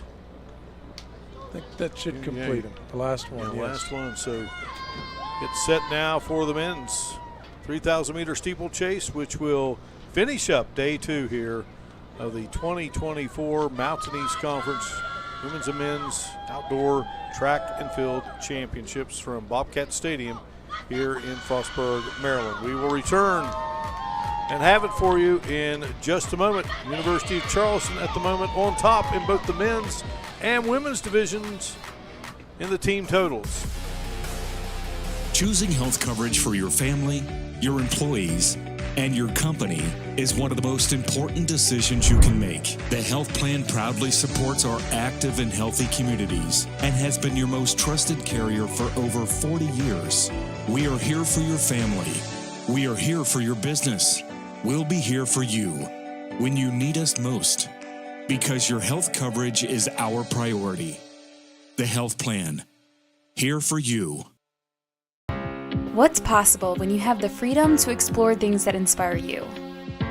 To be a part of a community that supports and challenges you? Where can you go to find the space and time to reach your goals? Who can you become when you're able to make connections in a place where you belong? Find out what's possible at Frostburg State University.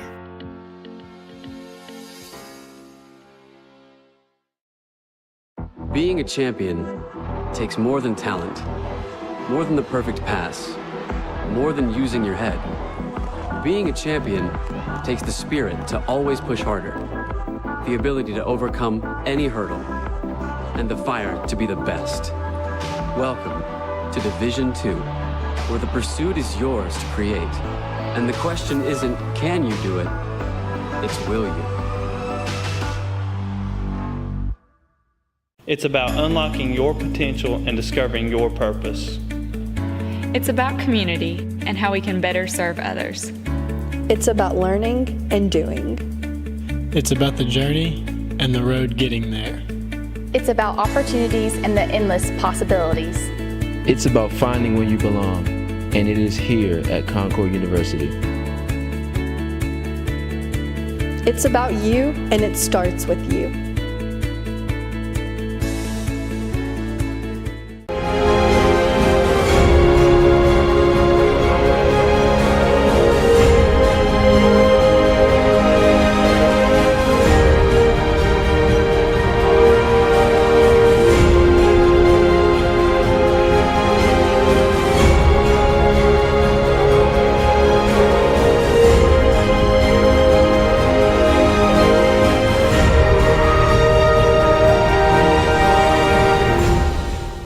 Davidson Elkins College will shape your future through personalized curriculum and career-focused internships. D&E is known for the quality of nurses, business leaders, and teachers we prepare for the field.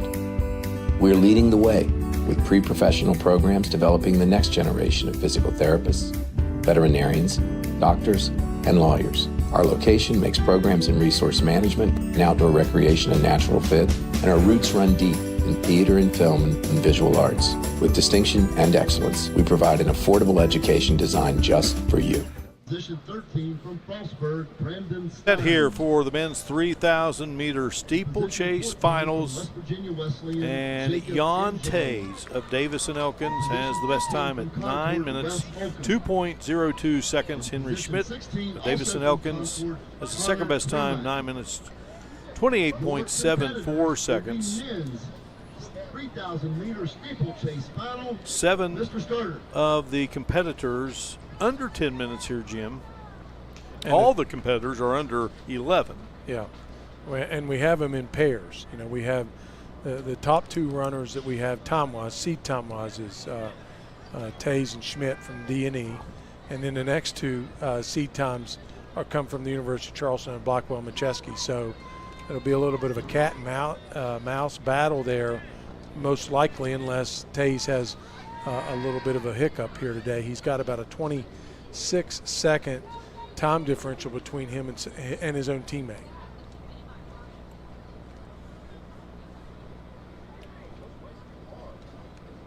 I'm counting 15 guys on the line, although there were 16 in our event sheet.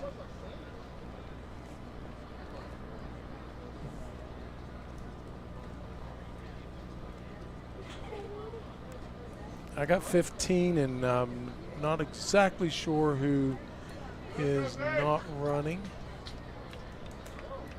Well, there are 1, 2, 4. There are 5 Concord runners. There, well, the Concord fellas are not going to be with us, and I would suspect that's likely Connor Cormack. But don't hold me to that one until we see him run around the track a few times.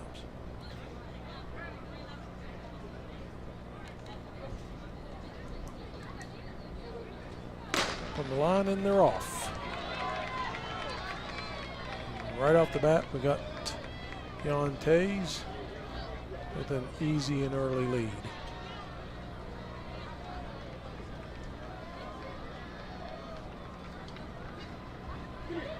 It will not take long to start separating the top runners. Well, there are 10 teams competing here in Frostburg, and 5 of the schools are represented in this 3,000-meter steeplechase. Isaiah Browning on the outside shoulder of Tays right now, and followed by Blackwell.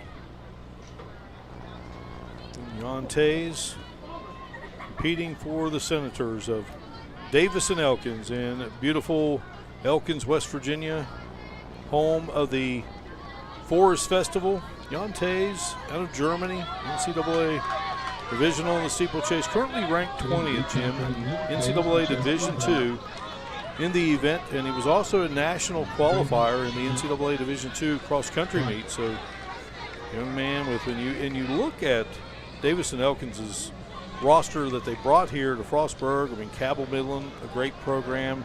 there near Huntington.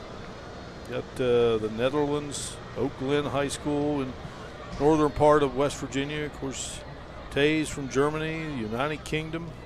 Hagerstown Community College has brought representation to the Davis and Elkins program. Of course, we've talked about Ian Wood of Point Pleasant and what a great high school career he had. And some young men and women from Ohio. Of course, we mentioned Ella Hessen earlier from Williamstown, so good job there by Jason Piles and his recruiting there at Davis and Elkins. Well, 3 runners bunched up here, Jim, at the moment. Yeah, top 3 has not changed. We still got Tays in the lead comfortably, but on his heel right now, I believe, is Ron Blackwell. Our final action of the day here on what is day 2.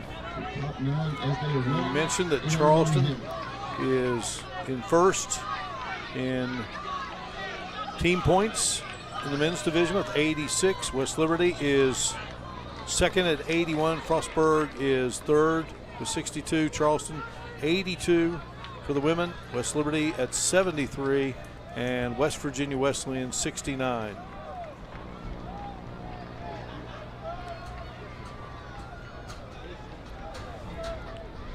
Jan Tays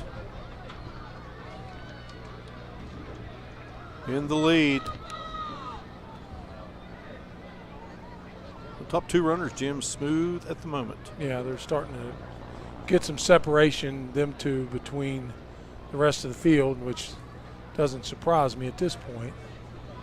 Dennis Macheski is in second at the moment. So Connor Cormack of Concord, Jim, that is the one that is missing from the field here. Okay. So a 15-runner field here in this men's 3,000-meter steeplechase, closing out day 2 action here at the 2024 Mountain East Conference Women's and Men's Outdoor Track and Field Championship event. Yeah, Macheski's looking really pretty solid. A little bit of a contact between him and Tays coming out of that water jump on their 3rd water jump, but he's looking very solid right now. Macheski coming in 9 minutes 38.80 seconds, his seed time.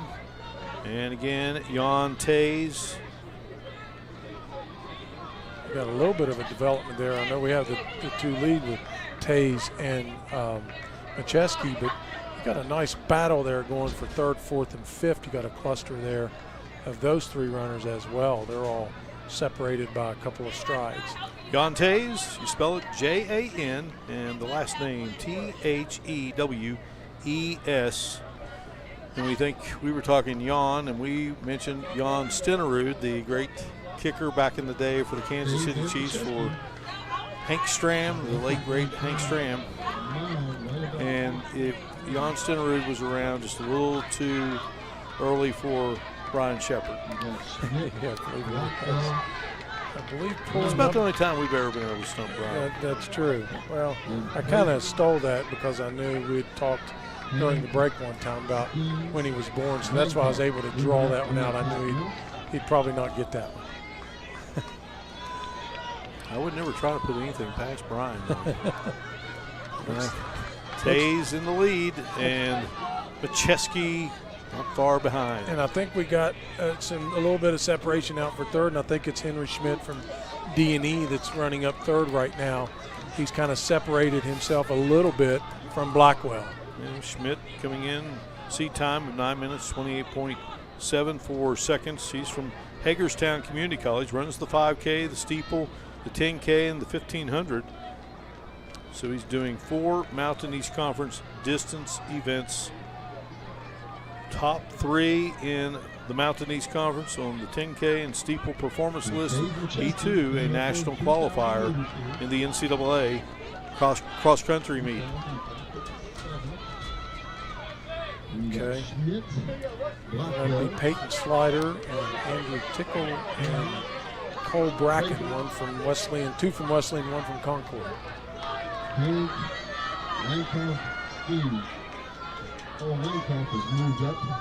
got to kind of keep track of them is how they're going around, because you're going to see some guys that are going to be finished well ahead of the ones that bring up the back end of this race. And you think about, the team competition here, and, on the women's side, Charleston leads at 82-73, 11 of 21 events.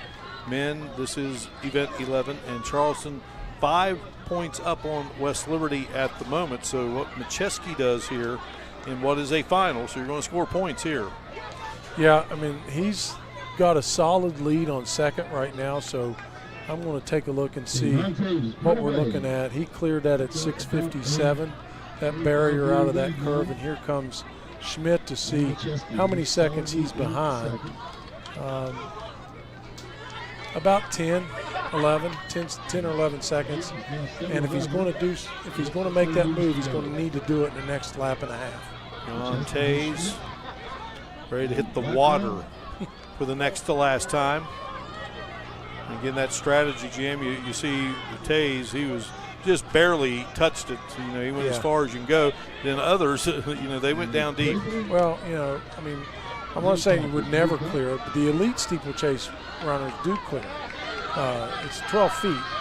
There's 4 barriers and 1 water jump left for the leaders, and so he's closing in on it. He hurdles it. Yeah.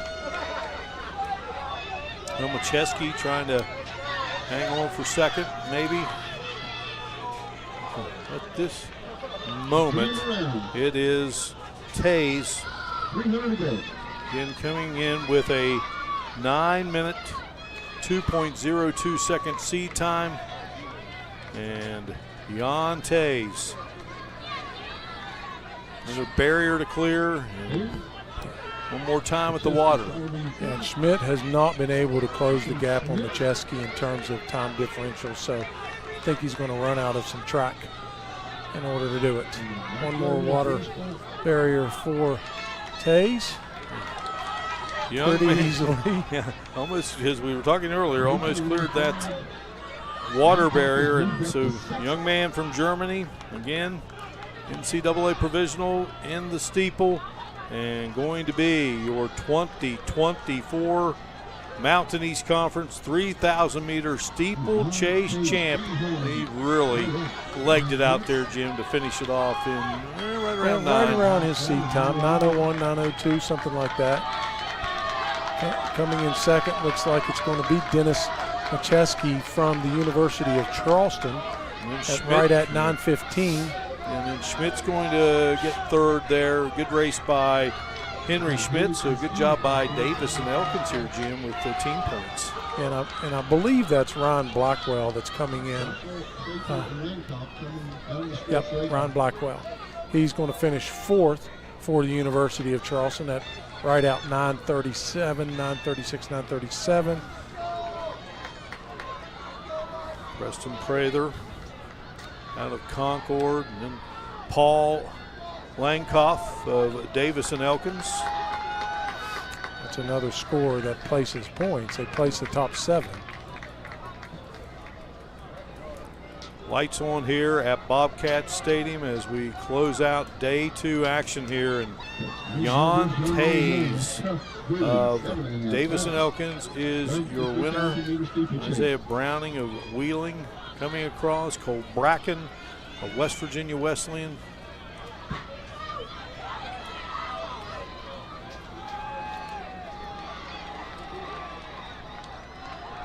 Jacob Angelo of West Virginia Wesleyan. Finishing there for the Bobcats, who again on the program on the women's side, Wesleyan with 69. But again, your top 3 at the moment on the men's side, UC, West Liberty, and Frostburg. And so our finish here, gutting it out, and great effort there, Jim, to finish off this men's 3,000-meter steeplechase. But right from the early going, Jan Tays took the lead and gets the victory, and he's standing by with Colin. So take us through that victory and what this means to you here this afternoon. Oh, it means a lot to me. Last year I got third here, and this year my big goal from the beginning on of the season was to win MECs this year and make it to nationals. And winning MEC definitely was achieved now. And for nationals, I still got to look and hope that it's enough. Anything you want to say to maybe teammates or somebody that's watching at home, perhaps? Yeah, definitely thank you to all my teammates who supported me throughout the whole season and helped me get through those workouts and make the dream come true. Congratulations.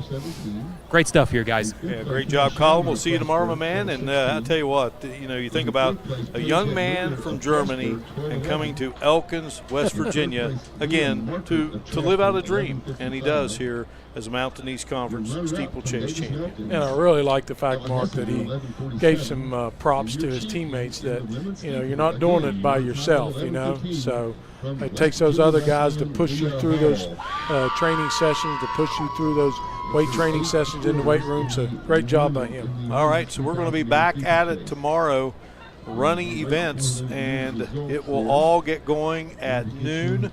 Women's 4x100, then the men's 4x1, 1,500-meter run, then the 100-meter hurdles, the 400-meter run, the 100-meter dash, 800-meter run, the 400 hurdles, the 200-meter dash, 5,000-meter run, and the 4x4. Big day coming up tomorrow from here at Bobcat Stadium in Frostburg. So for our great crew, Colin Kirkwood, Jim Mahan, Brian Shepard, Butch Mounts, I'm Mark Martin. We say so long from the campus of Frostburg State University. You've been watching live streaming coverage of the 2024 Mountain East Conference Women's and Men's Outdoor Track and Field Championships. We look forward to seeing all of you tomorrow from here in beautiful Frostburg.